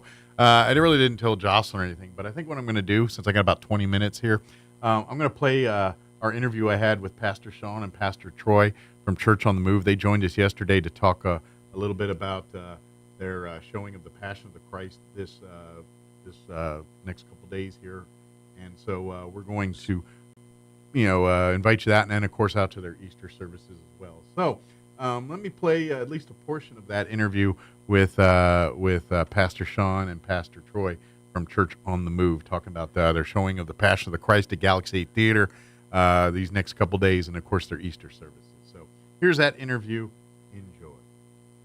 Studio this morning from Church on the Move, Pastor Troy Smotherman, Pastor Sean Kelly back with us. Morning, guys. Morning, Mike. Happy Easter week to you. Happy Easter week to you, too. A busy week, as always is, for folks at Church on the Move. even when there's not a holiday, around it, there's always 20 things going on at Church on the Move. So. The name fits. Yeah. Church on the Move, the name fits. It does always fit. Something Always going doing something here. So, but of course, Easter is this week, Easter Sunday coming up, and we'd love if you don't have a church home and looking for a church home, of course, Church on the Move would love to welcome you in and come see what they're and see what why a lot of people call Church on the Move their home here. So you're more than welcome to come there. But also between now and Easter, you guys are going to be showing a free screening of the movie The Passion of the Christ, which I think every Christian on the planet should at least be on their radar. Watch it at least once. Yeah, and I'm one of those folks that I think every Christian should see it once. I've seen it once. It's such a powerful movie. I'm like, I'm good. I've seen it the one time because it's not an easy movie. It's gut-wrenching, yeah. If you are not an emotional mess by the end of that movie, you have no emotions. I tell them, bring popcorn and Kleenex. Yeah, but you guys will be offering screenings of that, several screenings for a couple days there. It'll be on March 29th and 30th. You're going to have show times at noon, 3 p.m., 6 p.m., and 9 p.m. Man, just like the movie theater. They arranged it. The movie theater arranged those times. Should be, can we have a Church on the Move dial-a-phone, like movie phone? Remember, like back in the day, you call, right? Because that's how we found out movie times. Yeah, you call the number. It was great. And it was the recording, showing at Church on the Move. At church is passion. Show times are noon, 3 p.m., 6 p.m., and 9 p.m. You did a great ad for that, man. I called it a lot. You should maybe speak for a living or something. That's right. Maybe you ought to go into something where you can do that. Yeah, have a job in radio. Weird like that. But people, you talk a lot. Well, geez, wonder where I ended up. I think I ended up where I was supposed to be. But yeah, Church on the Move. I'd love to come and bring the family for a showing of, like I said, one of these show times or multiple if you want to, come see it multiple times here. But just come, and it's free, doesn't cost anything. Just love to have you come and see why we celebrate this season of Good Friday and Easter, and why it is it's the reason why we're all Christians is this the resurrection. And Friday and Saturday that will be happening at Galaxy 8 theaters. Yes, it'll be at the movie theater. Yeah, it'll be at Galaxy 8. And you do need a ticket. You do need a ticket. It is free. It's free. Yes. Ticket's free. But and because there's only a certain number of seats in there. Exactly. They're really comfortable though. If you haven't been in since they put in the new seats and everything a couple years ago, I'm not gonna lie. If it's a slow movie, fortunately this one's not. I paid for a lot of $15. How much it costs to go to the movies? Naps. Exactly. I've got some pretty good naps. My kids have woken me up like, Dad, you're snoring. I'm like, oh, sorry. Hey, you put me in a recliner in the dark. This is what's gonna happen. Give me a water and some popcorn, and after I'm done with that, I gotta have double fist soda, nachos, or popcorn. You got to keep something going. You're talking. But and quite frankly, the Galaxy 8's better equipped to handle the nachos and the popcorn and the candy and all the stuff, and they got a screen that can handle the people. So it does make sense that we're over at Galaxy 8. But now, do they get tickets through you guys, or can they get it directly at Galaxy 8? Get the tickets from us. Okay. You can get a hold of our church at 575-622-7011. Okay. And you can call, but there will be somebody there even during lunch times. Okay. This we'll week. make sure that that phones will be answered. Someone will, so we can get you. We're open from 8 to 5. Make arrangements to pick up tickets for any of the showings. It's first come, first serve. So, like I said, and seats are limited for each showing. So you have to designate an hour. You get a free ticket, but you need to designate. You need to tell which time. And ask us what times are available. Now because we've already given out over half. I was about to say you've probably given out quite a few. So if you do have a more stringent time frame and when you can watch this, you might want to get there this right now as opposed to the 27th, 28th, or something and your like that. seat will be assigned like at the movie, so you'll already know what your seat is. You'll be just when you pick your tickets up. So no one will be sitting in your seat. When They you get shouldn't there. be. Yeah. We'll have people there. That's right. We'll to move make them sure. over one. And Yeah, we'll have assigned seats. It's just like how the theater does it. And you'll have a ticket, and we just don't want to disappoint people. And everybody, 1,000 people show up, and we can only give out 600, or whatever seats. Another cool thing about this is maybe you've seen the movie, but you watched it on video or DVD or whatever, and it is. It's a movie that is worthy of watching it in a theater experience with the surround, all the bells and whistles that come with a modern theater experience. It is. I mean, because it's Mel Gibson put some money in the investing of this. It's high dollar production value for its time when it was been about 15-20 years since that movie's come out, hasn't it? It's been a long time. So we were talking in our creative meeting, and that's kind of how it kicked off. Pastor asked us a question. Yeah. And the question he asked was, has everybody seen this movie? Yeah. Or have we lost a generation? And we had lost one. I'm about to say there were several of young people in their 20s that had not seen this film. Sure. So that's how long ago it was. And it's such a powerful movie that, let's face it, it's not one you want to go back time and time again. You know what I mean? It's like certain movies you like. It's not a date night movie. Yeah, it's a powerful message. You're sitting down to see yes, movies are entertainment, but I don't know if this falls in that form of entertainment. I mean, yes, it does to some but degree, it's but way more it's more than of a that. message, It's it's incredible. Like you said, Mel Gibson spared no expense. Jim Caviezel did an incredible job. Everybody did an incredible job. It's such a powerful movie because it even the fact that it's all in Aramaic and quite frankly you're reading the whole time because which I do anyway now. About to say well, let's just face it, most of us can't speak fluent Aramaic, and so there's a lot of reading and all that. So, but it's so powerful that it draws you in, and it's just it's so well like you shot. watch action movies or whatever, and all the explosions and all that. And it has this because you're seeing the crucifixion of Jesus. Yes. It's a brutal movie. It's intense, and I showed it to my.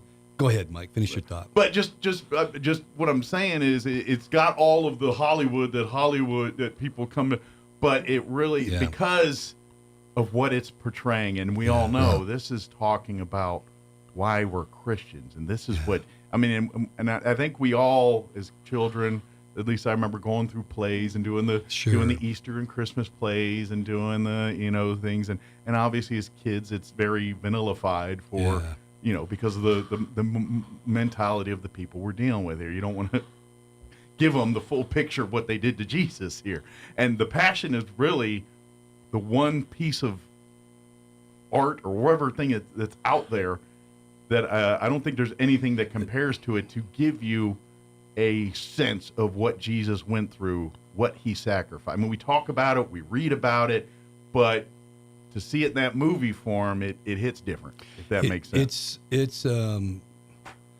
probably the closest thing to reality. Exactly. Even though the Bible says that he was unrecognizable as a man hanging on the cross, that if you saw him from a distance, you wouldn't know it was a human being. If you saw the movie, it was kind of hard to recognize. It was. And so, and so that's why we recommend, and we're not allowing anybody not under 12. Sure. I tried to show this to my daughter when she was 10. A little too intense. And, man, when it came to the part about the crucifixion, I mean, just as the beginning, when he said, "Father, my heart is ready," and they started to whip him with the cat of nine tails, man, she began to weep so hard. I had to escort her back to her bedroom. She had to lay in her bed and kind of catch her breath. Yeah. So I stopped. I didn't show her and she hadn't seen it since. And so now she's 14. So my wife's going to take her to it. So Christian, non-Christian, it doesn't matter.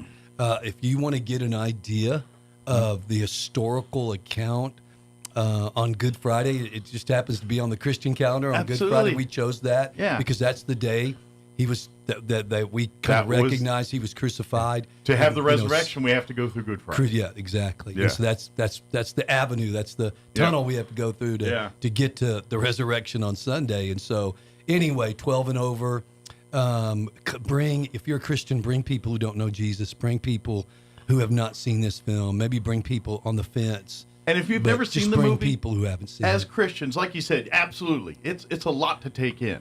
But when you see the movie and everything, if you're not, I don't know if the word's proud, but if you're not more cemented in your Christian faith, then maybe watch it again, because I think it's a brutal movie and it's going to send you through the emotional ringer here.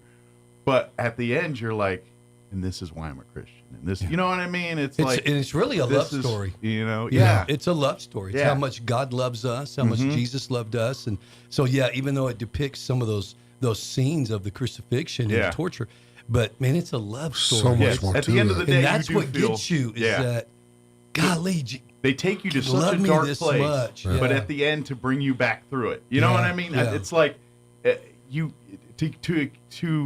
like real life. To celebrate the joys and the resurrection experience and how powerful that truly is, we had to go through hell to get there. And that's what Jesus did. Well, I'd never thought about it till we were having this conversation, but really this movie for me was an experience. Yeah. It felt like an experience. For the first time, you feel like marked me. Yeah. Like I felt like I'm in Jesus' shoes right now a little bit. Like for the first time, I get a sense of that. You know, I mean, and it's just what the magic of movies can do sometimes, and where it's a platform that a book can't hit you with, and you could. I mean, the Bible's the most powerful book out there, but it does not evoke the same images or feelings that 3-hour movie does. You know, it just doesn't. Well, and you learn. You know, I've preached this many times or shared this many times that the Romans were experts in torture. Mm-hmm. They were experts, and this movie shows just how expert they are, and the price of our sin, of all the evil human beings have done to each other and to ourselves. It just shows that how much God loves us, and how the price He was willing to pay.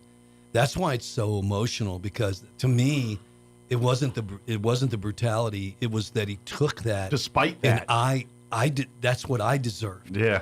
And it's the agape love. It's that love that is sacrificial, and that's what moved me. The torture. Yeah, I'm watching that and I'm thinking, oh my goodness, He did that because of me. Sure. And that's what I deserve. That's what we all deserved, and He took it for us. It's just, I don't know. To me, it's such a great love story. Sure. It wrecked me in a good way, man. Like, golly, God, you love us so much. You appreciate the sacrifice so much more when you see it in that form. Exactly. We can talk about it, describe it, tell the stories. It does not translate the same way sometimes. It doesn't sink in that same way, and that's the beauty of that movie. Is despite the brutality that is in that movie, it brings us to a better place, and that's how many movies do that.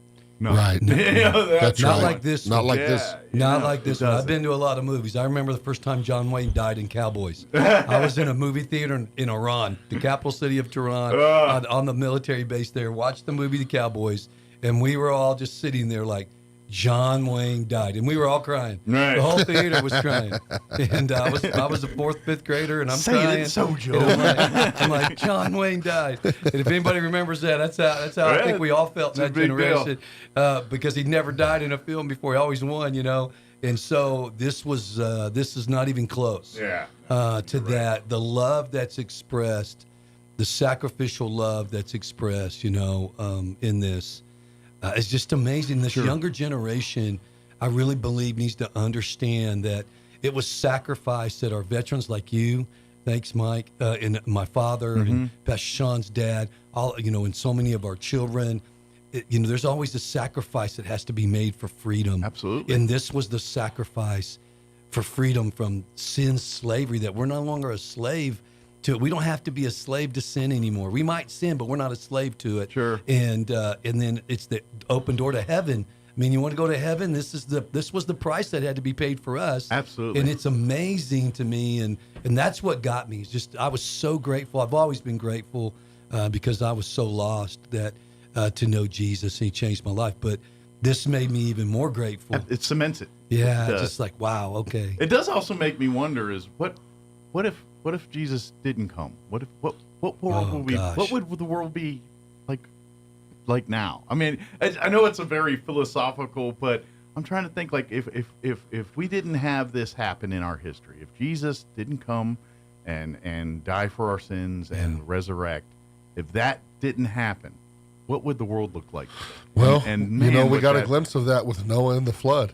Yeah. Of what God had to do because evil and sin and men's decisions, you get a glimpse of it. Yeah. And without Jesus, that's exactly where we would be headed again. And He came. If we weren't already there. You have to, most people don't understand, He came at that time because the whole world was dark. Mm-hmm. The Jews weren't even worshiping Him. They were lost. They were religious. They were lost. They hadn't had a prophet speak in 400 years. He was needed at that time. The nations like the Roman Empire were slaughtering people and dominating the world, and the whole world was dark. China, regardless of the continent, North, South America, the Orient, Africa, India, all the continents, they were all worshiping demons. They were all worshiping false gods. They were all human sacrificing. They were all, the whole world was completely dark. Mm-hmm. And darkness ruled the world. And that's why Jesus came. He was the light that came into the world to say, hang on a second. Sure. This is not the direction mankind And is it's hard going. to fathom what you're talking about because we live in a world with Jesus. Yes. You know what I mean? Yeah. And because most of us, not all of us, though, Mike. But you know what I mean? He's still, we do. There's still even a hope. if you don't believe it, he's There's still a hope. looking out for you. Yeah, he is. He is, absolutely. He's reaching out to you, too. Absolutely. You know what I mean? And that's and I guess that's where I kind of, it's like I hear what you're saying, but because we've never experienced it, that, it really, it feels like a fantasy to me because we live in a world where that's not going to happen. Well, but in parts of Africa and around the world, and even parts of America now, it's getting so dark in some areas that, they're trying to extinguish the light. They always have. The Satan's always tried to do that, and people have unfortunately cooperated with that. But you can't put the light out now. It's once Jesus came, the light is shining, and so there's this hope. And I hope that when people come see the movie, especially this younger generation, they'll appreciate sacrifice and what it takes to really have a meaningful life. Yes, the message. Sacrifice, and that how much God loves them, and they'll live with a value and appreciation of that, because Jesus said, "If you love me, obey me." Sure. And so that they'll begin to really start to walk in the commands and principles of God that will bless their life. You practice what you preach. It kind of rubs off on you a little bit. It does. It's that, and like you said too, I think it also gives hope. It's full of hope. Because you're seeing what Jesus went through, and we're not asking you to do that. We're asking you to do just a tenth of that. Just believe. Live for Him. Yeah. Don't have to die for Him. And live so for Him. Your world that seems overwhelmed sometimes, now that you see that, it's like, you know what? In the big scope of things, it ain't that big a deal here. And look what Jesus did for me. Sure. I can get through my math test next week, or I can get through whatever obstacle I'm dealing with in my life right now. Well, and that's one of the things Pastor's going to talk about on Sunday. So we have good this transition. happening. Sean's going to keep you transitioned here. So we have this happening Friday and Saturday at 12, 3, 6, and 9 at Galaxy 8.